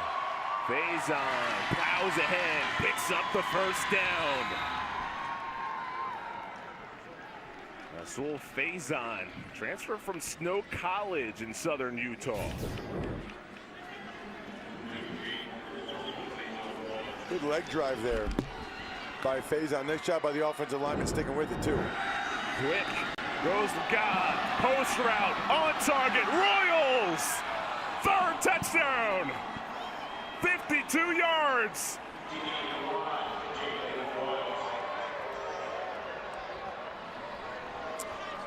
Well, that time it was just Chris Sheeran getting beat.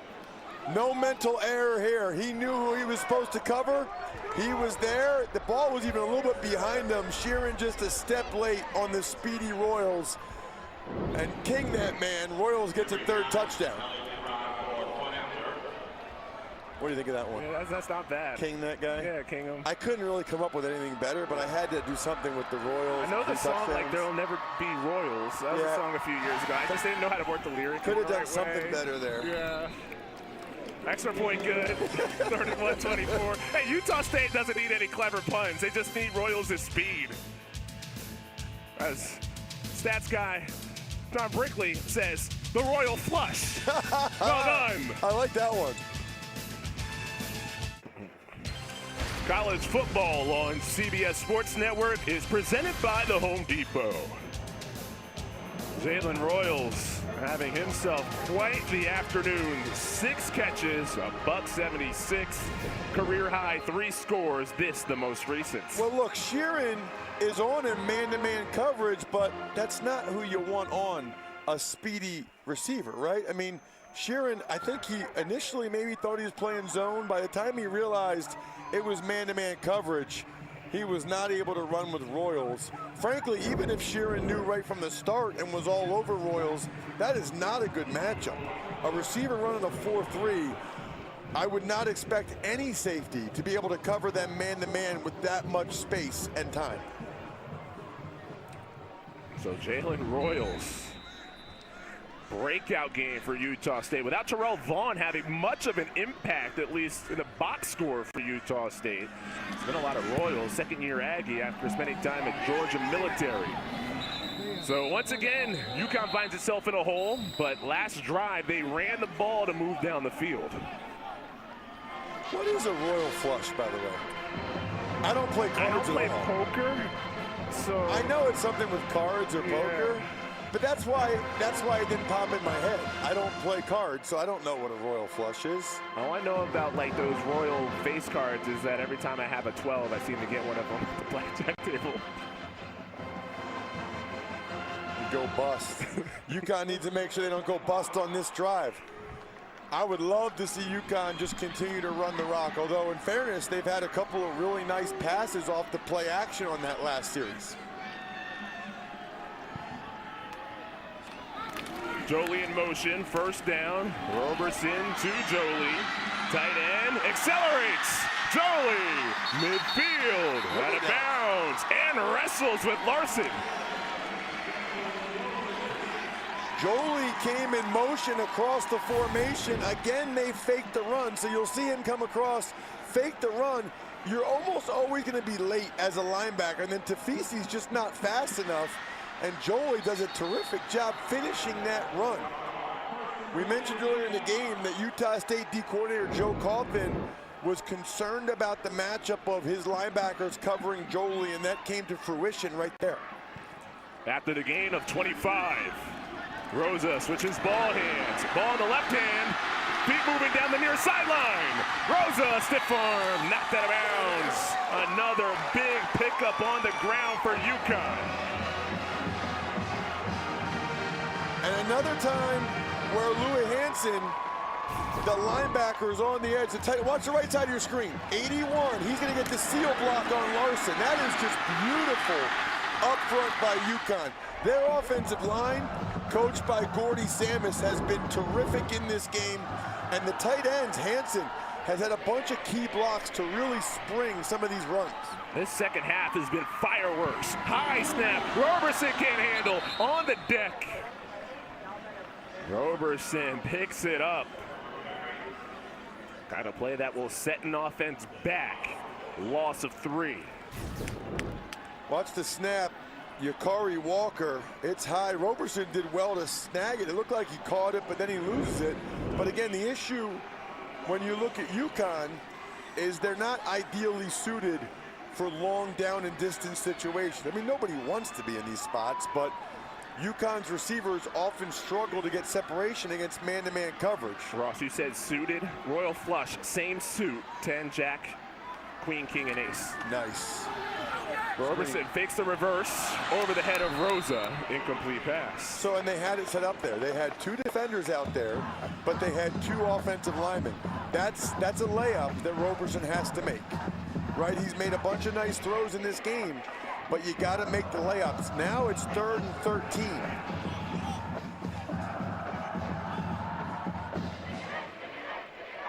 You got Jolie, the tight end, to the near side, but they've got a corner covering him to the right as you look at that angle. Bottom of your screen now. But only 3 defenders at the top and 3 receivers. That's the side to go to up top. Roberson, pass. Nearly picked, but incomplete. Larson in coverage, puts the spear back in the holster.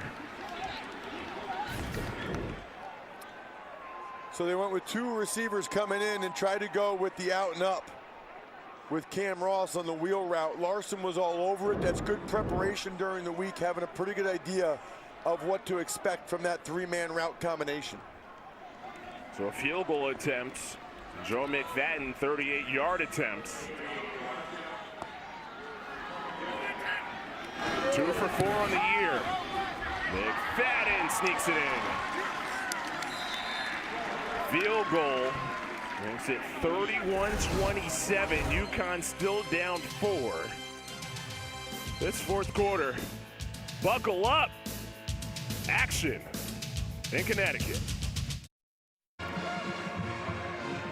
Jalen Royals puts the helmet back on. He's set to go back to work as the receiver who's the player of the game, brought to you by Old Trapper Beef Jerky. Well, I'll say is, you know, he had the touchdown early where it was a dropped coverage. Then he got a terrific block by his tight end, Brock Lane, and just went all the way down the sideline for a long one. And then this time, Sheeran not quite able to catch up with Royals, who gets the royal flush. Ross is now learning. He's a poker expert now. After these last commercial breaks, just Googling everything he needs to Google. He'll be at a table near you. Terrell Vaughn trying to get him a playmaking spot as a returner. Big hit. Flagged down prior to the hit at the 24. Malik Dixon Williams was the one to deliver the blow, and Looks like he's still a little slow to get up. I did see one of the guys for UConn go low. Be curious to see who got the penalty. For a legal blow block. First down. So what happens there is they saw a low block by one of the guys on the UConn kickoff team, but the fact that they picked up the flag tells me that they think he got pushed into it, wasn't intentional. There's that last hit.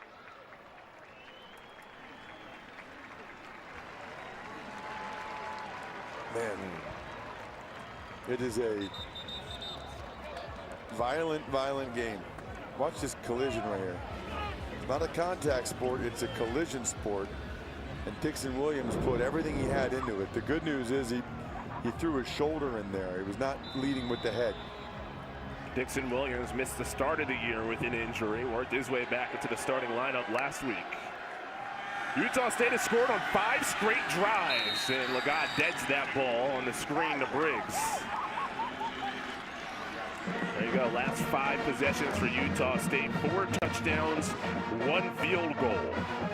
Utah State would be like top 10 in the country if they played the whole game the way they played the second half. I mean, they are lights out in the second half of these games. It's just the first half and the first quarter in particular where they're really bad. I mean, they are genuinely bad in the first quarter of these games. At Maverick Stadium, I wouldn't even put the first quarter on the scoreboard. I'd just start with the second. Legat on the ground. Stafford wraps him up. Flag down in the backfield.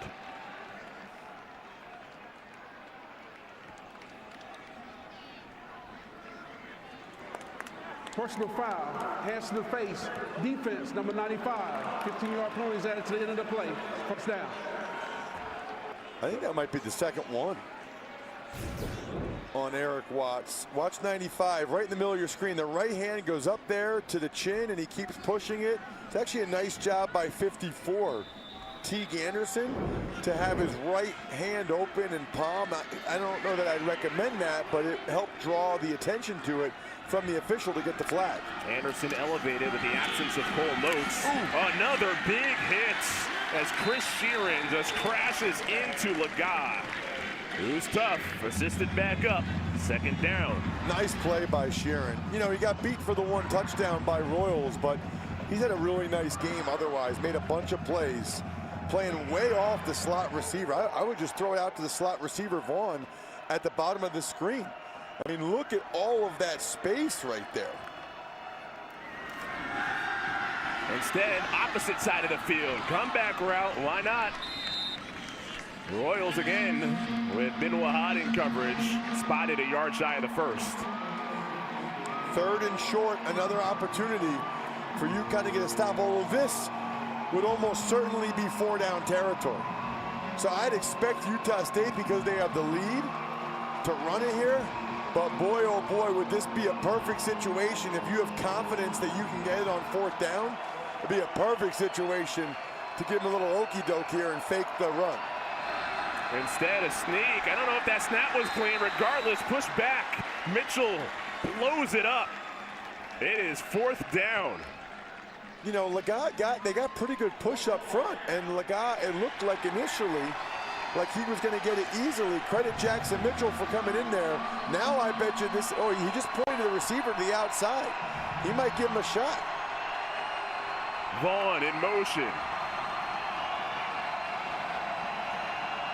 Now Legat goes under center. Hard count. Wow. UConn discipline. Nice job. Timeout. Now that's interesting. Okay, in a close game, Blake Anderson calls the timeout on 4th down. Does that lead you to think that he'd perhaps go for this after the timeout instead of taking the penalty and kicking? In my mind, you have to go for it now, because otherwise, if you're going to call timeout there, you just take the delay game. You don't take the timeout there unless you think you're still going to go for it. So I would imagine that they're still going to go for it. Blake Anderson's talking with the offensive line coach there. That's the guy he wants to talk to, Cooper Bassett, when you're in short yardage situations, because they have the best feel for what the defense is doing, the softest spot in the defense, and the best place to run the football. Goes without saying, this is a big, big play in this game that'll very likely be decided on this play by the big guys up front. Well, Wade Meacham, left guard, is the most experienced player on the offensive line for Utah State, quarterback in the gun. Yeah, and he's out of the game. 4th and 1, push forward, Briggs has the first down. Brought down around the 36, so on 4th down, they go for it. 8 for 13 on 4th down. Watch the tackle that Jackson Mitchell makes right here. Left hand, grabbing the jersey. Crazy. That is unbelievable strength. That should have been a touchdown. Laga, play action, Lane. Hands catch at the 30. Won't go down easy. It takes 3 Huskies. R.J. Wilkins finally comes down to end that attempt at a positive gain after the catch. By the way, UConn had a great play call in that 4th and short. They just ran right by the running back. 2nd down, fake the screen, throw the screen, Briggs, jukes, first down inside the 25.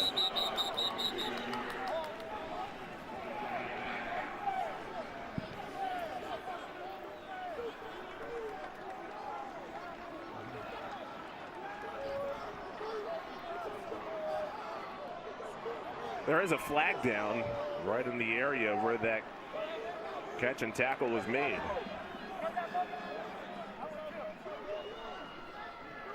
After the completion, personal foul, illegal block below the waist, receiving team number 3. Half the distance to the goal, first down. Receiving team.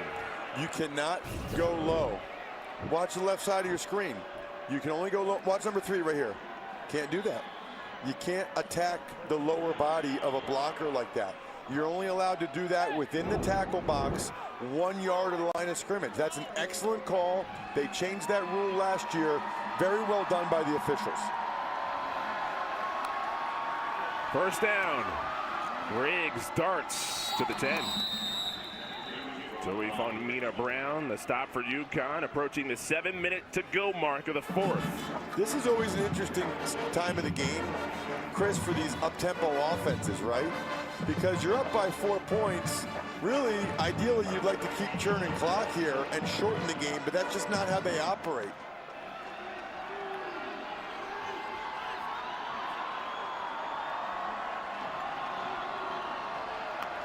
Second down. Briggs, Burrows, nowhere.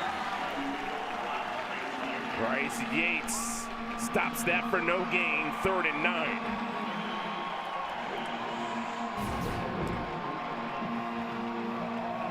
Big play here. If UConn holds them to a field goal, it's still a 1-score game.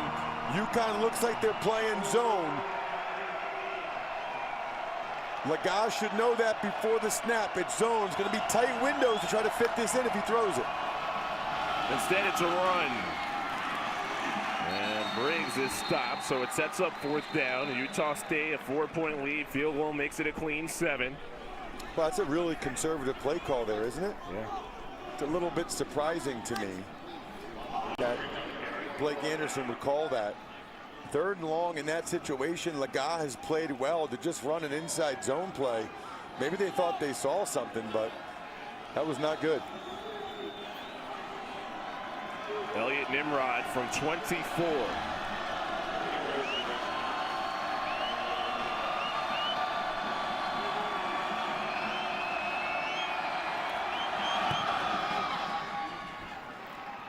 It gets through, and Utah State a full touchdown lead, 34-27.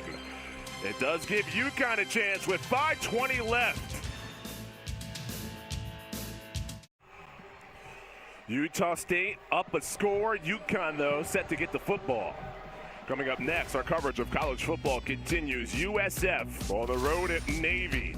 And then at 8 Eastern, we bring you Mountain West action. Air Force looks for their 5th straight win against San Diego State. Watch all the action here on CBS Sports Network. Byron Brown for USF. Look at those numbers last week against Rice. 435 through the air, 80 yards on the ground, combined 3 touchdowns. Cooper Laga talking with head coach Blake Anderson. Almost makes me wonder if they're talking about that last play. Maybe that was just a replay by Laga, because I'm still surprised knowing Utah State that they would just run the ball there in that situation. Domino from the end zone and tumbles down at the 17. Ross, you've mentioned a few times UConn on their kick returns electing to return it instead of calling fair catches to get it at the 25. I'm perplexed by a number of things on UConn special teams. You know, when they had the one personal foul penalty and they kicked it from the 50, why would you just kick it in the end zone there and give them the ball at 25? Yeah. You only get 25 yards of field position there. That's when you should try to do squib it, something to try to get them inside the 25. At any rate, 5 minutes to go, down by a touchdown. Obviously plenty of time, but UConn is typically a slow-moving creature. They're not up-tempo like a lot of these other folks. Oh, that snap hit Jolie, the tight end who was in motion. Wow. That's the third snap-related issue in this game from Yakari Walker. I mean, that could have been bad. And as it is, it's bad because they lose 3.5, 4 yards there. And I've said this a number of times, but look, it's a close game, so people might just tuned in. UConn's much better when they're ahead of the sticks and they're running the rock. When they are in obvious passing situations, they struggle. UConn looking for their first win. Utah State looking for their first win against an FBS team this year. Both teams desperate. Roberson on second down. Roll out to the far side. He jumps to get rid of it. Too tall for Jolie. Looked like Roberson had some room if he wanted to run it. Instead, it's 3rd and long. He's got to run that ball there. I mean, look at all the space. There's nobody there.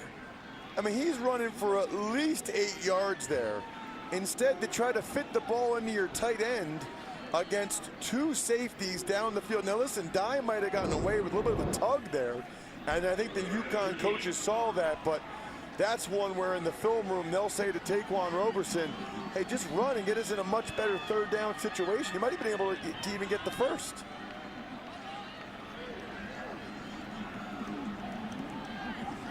Third and 13. Roberson with time. Starts to run out of it and is brought down at the 1. Anthony Switzer, the transfer from Arkansas State, couple years now here with Utah State. This is UConn's issue. Watch, there's no separation here. I mean, that's totally locked down. Buckman has to throw him at the end. And they had pretty good initial protection. Nobody's open for Roberson, so he tries to make a play, but Switzer, very athletic. You got to be careful here, too. Usually you want 13 yards with which to punt. UConn has 10. Garrett gets it off after the sack. Return from Micah Davis. Davis dances, and the music stops at the 45. Nice. I caught that one. I'm with you. I'm so happy to have a cheerleader next to me. Helping me feel good. I'm a big fan of, like, play on words, puns. That was nice. All right, so Utah State, the ball, 3:40 left. They're a team that relies on their speed. They ran it well last week. Do they have enough here to dominate possession in a game in which time of possession has been weighted the other way? So, and it's different too, Chris. Last week against JMU, they're coming from behind. They were running it when they didn't have to run it, right? It's different now for Utah State when UConn's going to be geared up for the run. Could lead to, by the way, an easy touchdown in the passing game with UConn being geared up to stop these runs. Well, that first down run, you're right, geared up to stop it. Mitchell, of course, the one to lead the way. Kind of thought Jim Mora might use his first time out there. I think he wants to make sure that they actually are going to get a stop first. So, you know, Utah State still won't huddle, but they should not snap the ball until there's 5 seconds on the play clock. Okay, that's well done. This is good. This is what you need to do. You got the lead, 1-score game, 3 minutes left. No way they should snap it before 5 seconds or less on the play clock. All right, good enough. I just said 8 is fine. Farmina Brown all over the give to Briggs. So 2 plays, not any yards. 3rd down, timeout called. Touchdown game down the stretch. 4th down from the 41-yard line, 4th and about 6.5. Any thought to going for it with the lead if you're Blake Anderson? No, I don't think so, because UConn's not really a quick strike offense. We've documented a couple times that they struggle at the receiver position to get separation. So I think you try to pin them deep and make UConn go the length of the field. Cottonley, one of the best punters in the Mountain West. Down UConn at the 1 earlier on in this game. Fair catch, Buckman takes a roll. See, you don't want to touch it there. So Brock Lane just touched it. You don't want to do that because you can have more time go off the clock. You're taught that in special teams meetings. Don't touch the ball. Let it lay there until the officials blow it dead. That would have been a couple more seconds. Every second matters. Buckman wanted to try to catch it, but then he was going to get hit by his own guy. So watch right here. Get away from it. Everybody, get away from it if you're Utah State. You don't want to touch that right there. Because that's a few more seconds you can take off the clock. Because the officials will let it lay there for a second or two before they blow it dead. Yeah, Garcia was a long snapper. He knew it right away. Like, hey, why didn't you let that roll? I think Lane thought it going back the other direction and thought, I better stop this. I don't want it to go another yard or two that way. Well, from the 15, long way to go regardless for UConn. Needing a touchdown. Roberson to the air, down the sideline. It's brought in. Cam Ross by midfield. There's the big shot the Huskies needed. Unbelievable throw by Roberson. Utah State's got 2 deep safeties there, and they've got the corner running with him. Might have been Roberson's best throw of the night. 35 yards. Roberson to Ross again, this time on a screen. It is blown up with 2:10 and ticking. Watch this throw again. I'm not sure why UConn has 2 guys a yard away from each other there. I mean, maybe it was 4 verticals they call it, but there should still be more separation between those 2 receivers. Loss of a couple. 2nd and 12. Roberson has Buckman. Low throw, makes the catch. Stiff arm Buckman right near the first down. At the 41, Drew and Larson combined on the stop. Right side of your screen, here comes Buckman on the crossing route. That time he's able to get separation on that crossing pattern, and the Delaware transfer able to get right near the first down yards. 3rd and short here. If you're UConn, make sure you get the first down here. This is probably a run. Rosa run. Patient. First down at the 40. It looks like he has it. He got it. He got it. They confirm first down for Rosa, which stops the clock for a beat. Right, and so this is an interesting situation for UConn, right? Obviously, they need a touchdown. UConn has plenty of time to try to score a touchdown. What they don't want to do is give a lot of time for Utah State on the other end, as we remember what happened at the end of the first half. From the 40, Roberson to Rosa. Dropped the screen, and it looked like he had some room as well. That's been an issue for UConn. 14 drop passes coming into today, 2nd most in FBS football. He took his eyes off it. It's a very natural thing to do. You think, okay, I'm going to be able to catch this. Let me look and see what the blockers look like, how it's up. You got to catch it first.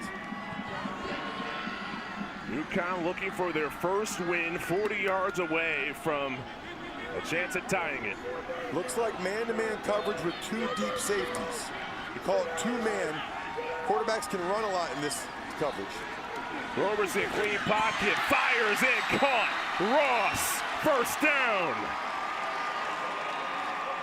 At the 27, 13-yard pickup.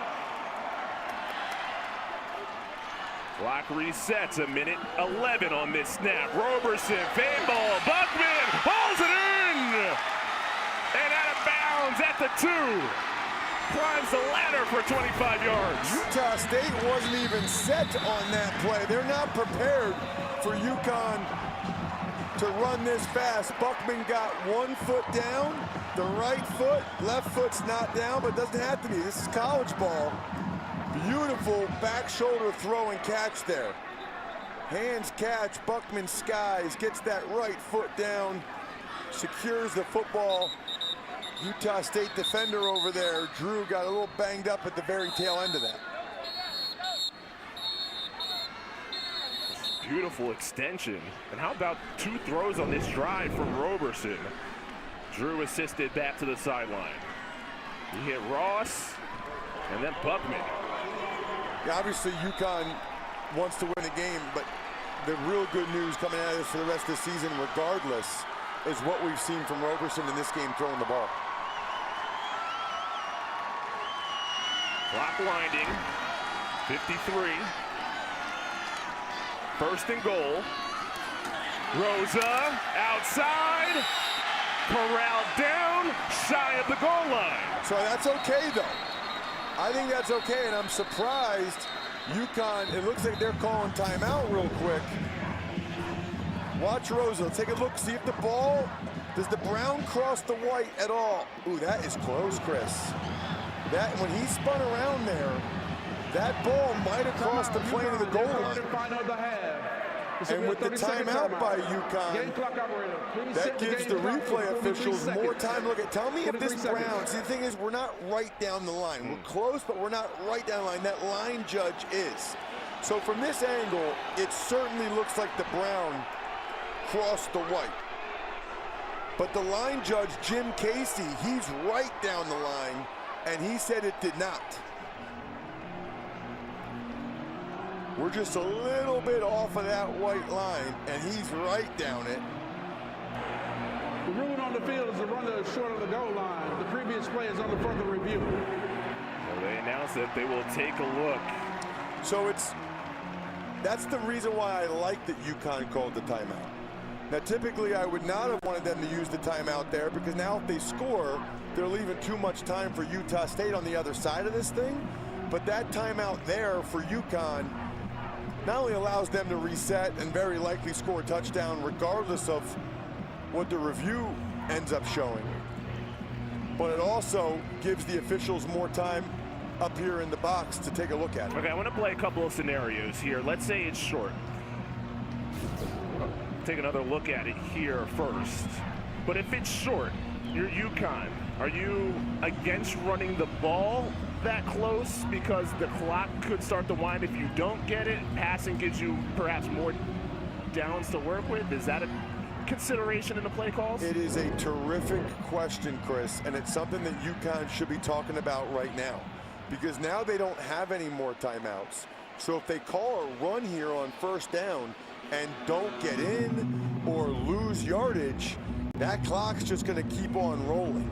What I would do in the huddle is call a run and then call a pass. 2 called plays in the huddle. So everybody out there knows, okay, we're an inch away. We're going to try to run the ball in.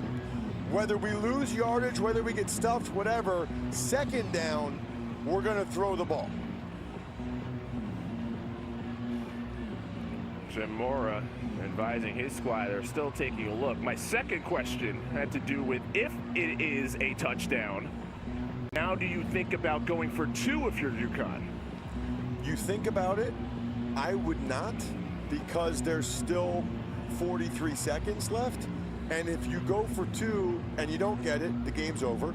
You go for 2 and you do get it, then Utah State plays the last series of the game knowing they have to get a field goal, so they go for it on every 4th down situation. Whereas if you keep the extra point, whereas if you go for the extra point, Utah State won't play it as aggressively on their end because they know worst case scenario is overtime. All right, so the scenario is 2nd and goal from the half-yard mark. I'm okay with them running it here as long as they have another play called on 3rd down to throw it. And they got my guy out there, the big man, Jelani Stafford.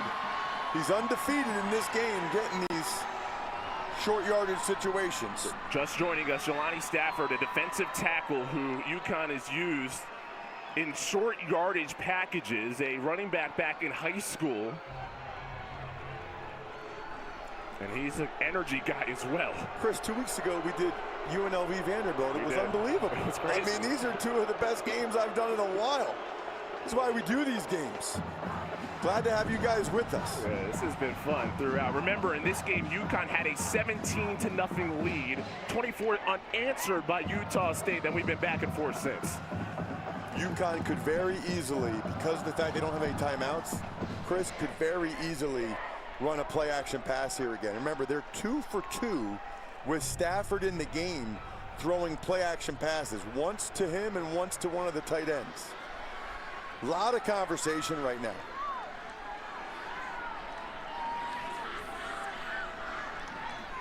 Jim Mora wants Marcus Woods to come over and be a part of this conversation. So here's the thing. Mora wants to know why the clock won't start on the ready for play, because I think Mora actually wants to try to take some more time off the clock before UConn runs this play. So he's asking, hey, if Rosa got tackled in the field of play, why is the clock not running once you started as ready for play? Well, remember, UConn called a timeout right after that Rosa run. That's a great point. That's correct. That's why the clock's not running. And I think Jim Mora might be wondering, hey, you reviewed it.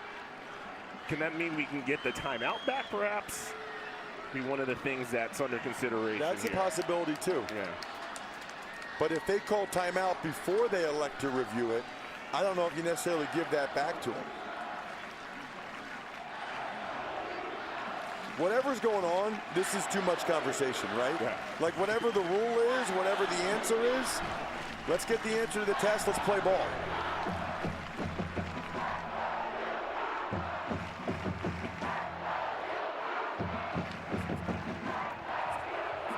The energy here at Rensselaer Field.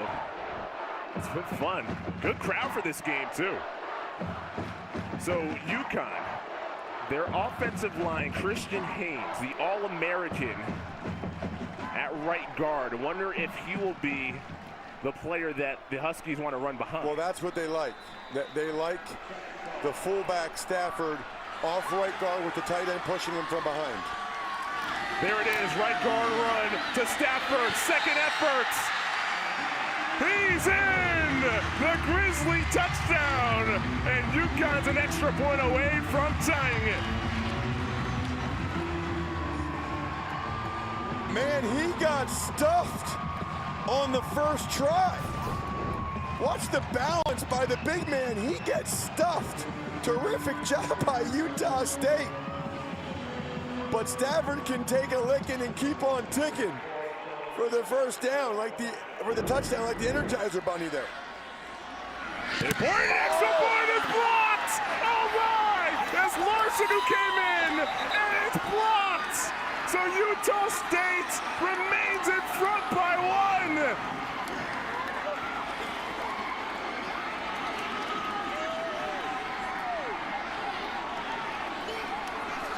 Oh my word. Jim Mora can't believe it. Right side of your screen, he splits the tight end and the wing. That's really poor technique by UConn's tight end and wing. Changes jersey to number 48. Nobody got anything on Larson, and what a play by the Utah State captain.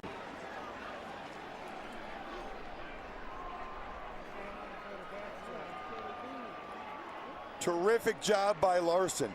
So the tight end, I played that position in the NFL, Chris. The tight end is supposed to step in, but then hinge to make sure with his left arm he gets a piece of that second guy off the edge, and the wingback is supposed to keep his leg in there. Wow, that is devastating for UConn, and now it comes down to the onside kick. Utah State recovers the onside kick, it's over. Unbelievable, man. Special teams. We never talk about it a lot. You know, nobody calls into the sports talk radio station to talk about special teams. Here it comes. Well, before this onside kick whistles and a timeout for Utah State. Timeout, Utah State, the third and final of the half. 30-second timeout. See the disappointment on the face of Stafford. He can't contain it. So I want you to watch the tight end right here, okay? Can't totally see his number, but you got to step in with your right foot and then hinge with your left shoulder. A little bit slow, and that left hand never gets up there. so he never gets any piece of Larson because Switzer's coming into his body, number one, but you just got to get something on that guy. You know, usually there's 2 or 3 guys running over you, Chris, and the coaches used to say, get run over with dignity. I mean, because you have no chance, right? You're protecting the inside gap, you're hinging on the outside gap, there's a guy running over your face, you just get run over with dignity, and UConn did not do that. And they suffered the indignity of a blocked extra point. Oh, some deception on the onside kick. McFadden. It's gobbled up. Who else? Royals, why not? He's had a monster game of 7 catches, 185 yards, 3 touchdowns. On the hands team ends it. I mean, who else would get it today than Mr. Royal Flush himself? We need a new term now that he did that. What's better or bigger than a Royal Flush? I don't know if that exists, but I do know for Larson, he blocked 3 kicks last year. That's something he does. It's a big part of the weaponry of him on special teams. Man. He had a pick 6 against Idaho State earlier on this year, a sophomore from Smithfield, Utah. This is a bitter, bitter pill to swallow for Jim Moore and his UConn Huskies. To march the field, to get it done, to get the touchdown, Chris. Yeah. They got the touchdown. 85 yards in less than 3 minutes. That's the hard part, seemingly. What people take for granted is the extra point. Larson did not take it for granted. And Utah State goes on the road 2,300 miles away. We can fly back in style. Down 17-0. Come from behind for their first win against an FBS team this season. 34-33, thanks to the Ike Larson blocked extra points. Just unbelievable. Left side of your screen, left side of the formation, Larson just jumped over the legs of the wingback. That is a picture. Watch him go right to the kick point. Boy, that's beautiful. That is beautiful technique by Larson. And that's why coaches talk so often about all 3 phases of the game. 34-33 Utah State. Piano with their coach, Blake Anderson. Coach, our broadcast team called you guys the cardiac kids. You guys come alive in the second half, down 17-0. You guys rally back to put up 34. What do you just make of the resilience of this team? You know, they won't quit. They've been doing it since day one. We're not as physical as we like to be up front. We knew it was going to be tough to move these guys, and told them, don't panic. It's going to be ugly early. It has been really every week but one this year, playing really, really big physical teams, and they stuck with the plan, and little by little we chipped away at them and started getting some momentum going. Once we get people a little bit fatigued, you can see where our skill starts to play out, but man, it is tough early. It's not fun to watch, and it's definitely stressful. Thanks so much, and congrats on the win, Coach. Thank you very much. That game, a range of emotion for both fan bases. But in the end, Utah State blocked extra point, get the win 34-33. Well, obviously for Utah State, a terrific victory, far away from home. They can celebrate. I will say this, I saw enough from Taquan Roberson and this UConn offense that I believe the second half of this season will be much better than the first half. It was a blast for Ross Tucker, Kiana Martin, our entire CBS crew. My name is Chris Lewis saying so long from East Hartford. Final score 34-33. Utah State by 1. This has been a presentation of CBS Sports Network, the 24-hour home of CBS Sports. We'll get you now out to USF at Navy.